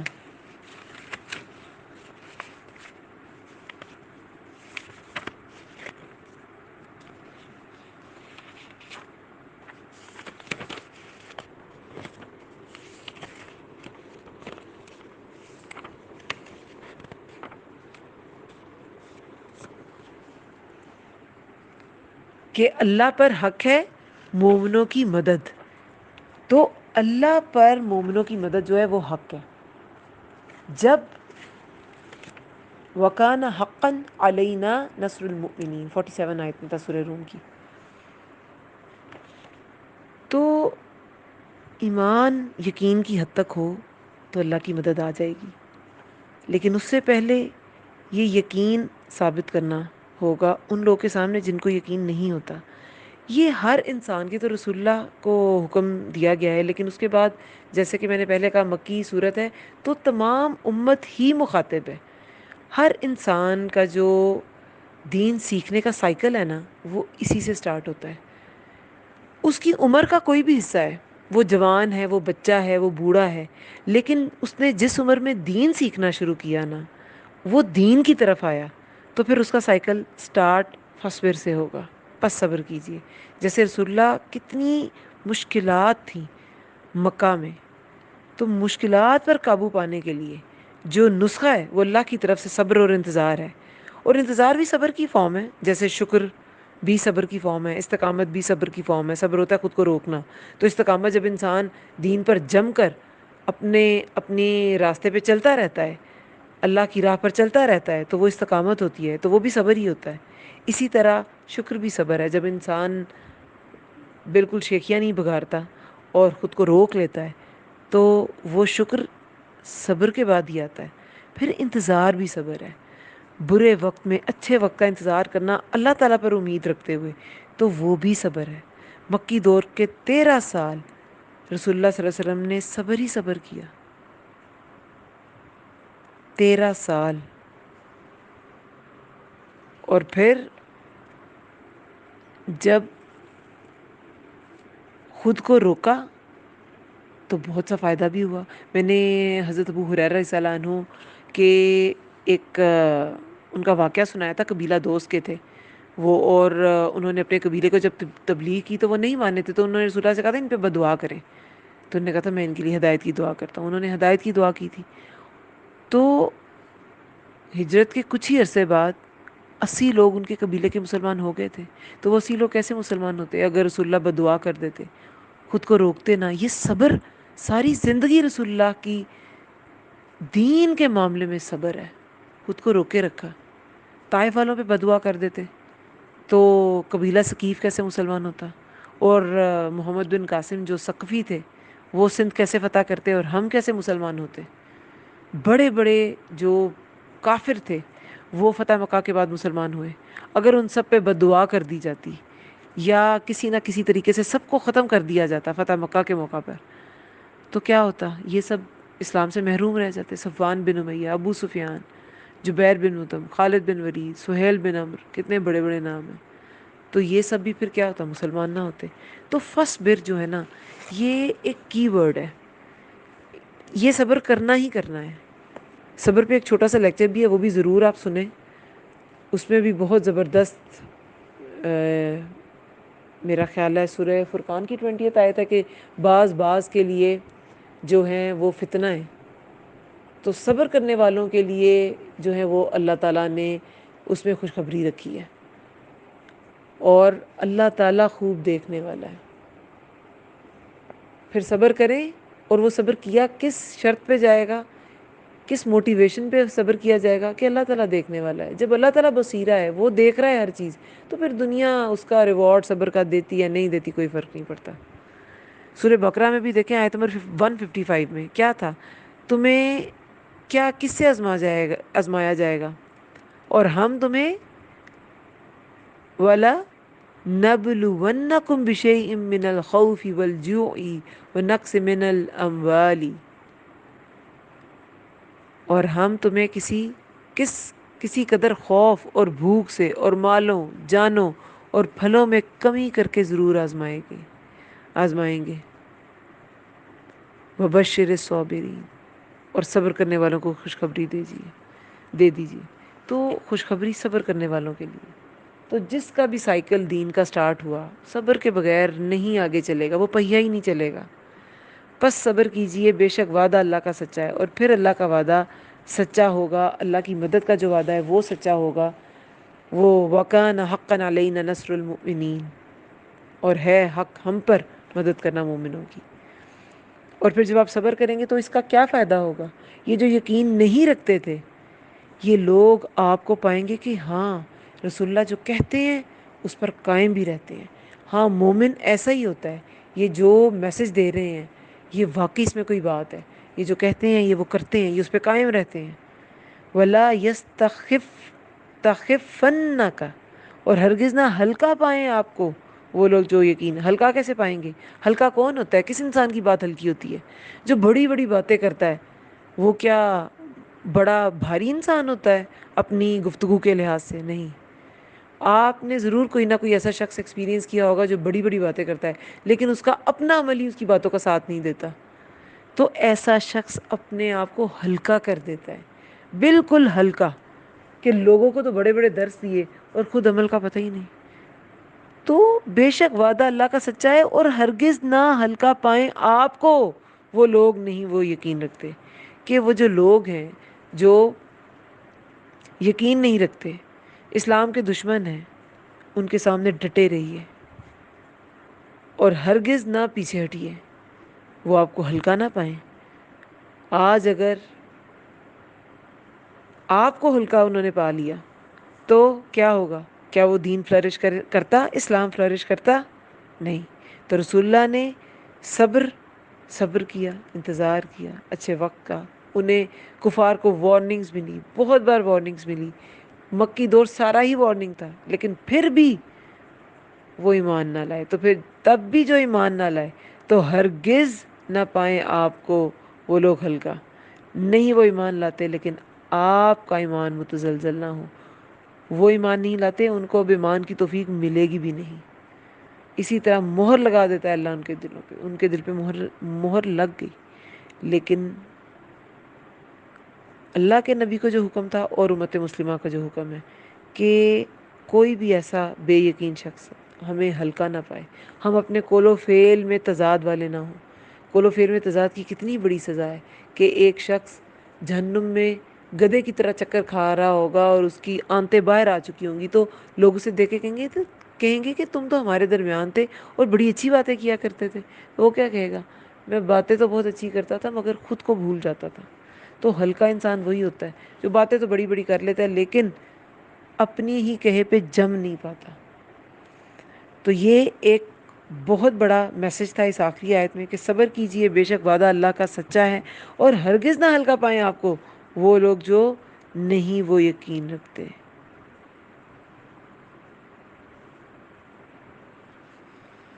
اللہ تعالی ہمیں صبر کی توفیق دے،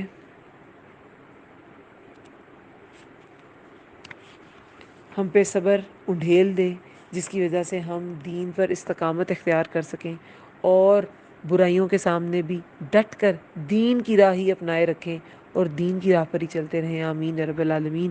اللہم ارزقنی تفکر و تدبر لما یتلوہ لسانی من کتابک والفہم لہ والمعرفة بمعانی والنظر فی عجائبی والعمل بذلک ما بقیت انک علی کل شیء قدیر۔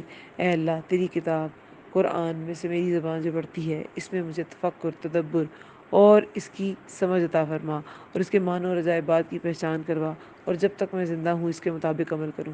بے شک تو ہر چیز پر قدرت رکھنے والا ہے۔ آمین یا رب العالمین۔ سبحانک اللہم و بحمدک، نشہد ان لا الہ الا انت، نستغفرک و نتوب الیک۔ السلام علیکم و رحمۃ اللہ وبرکاتہ۔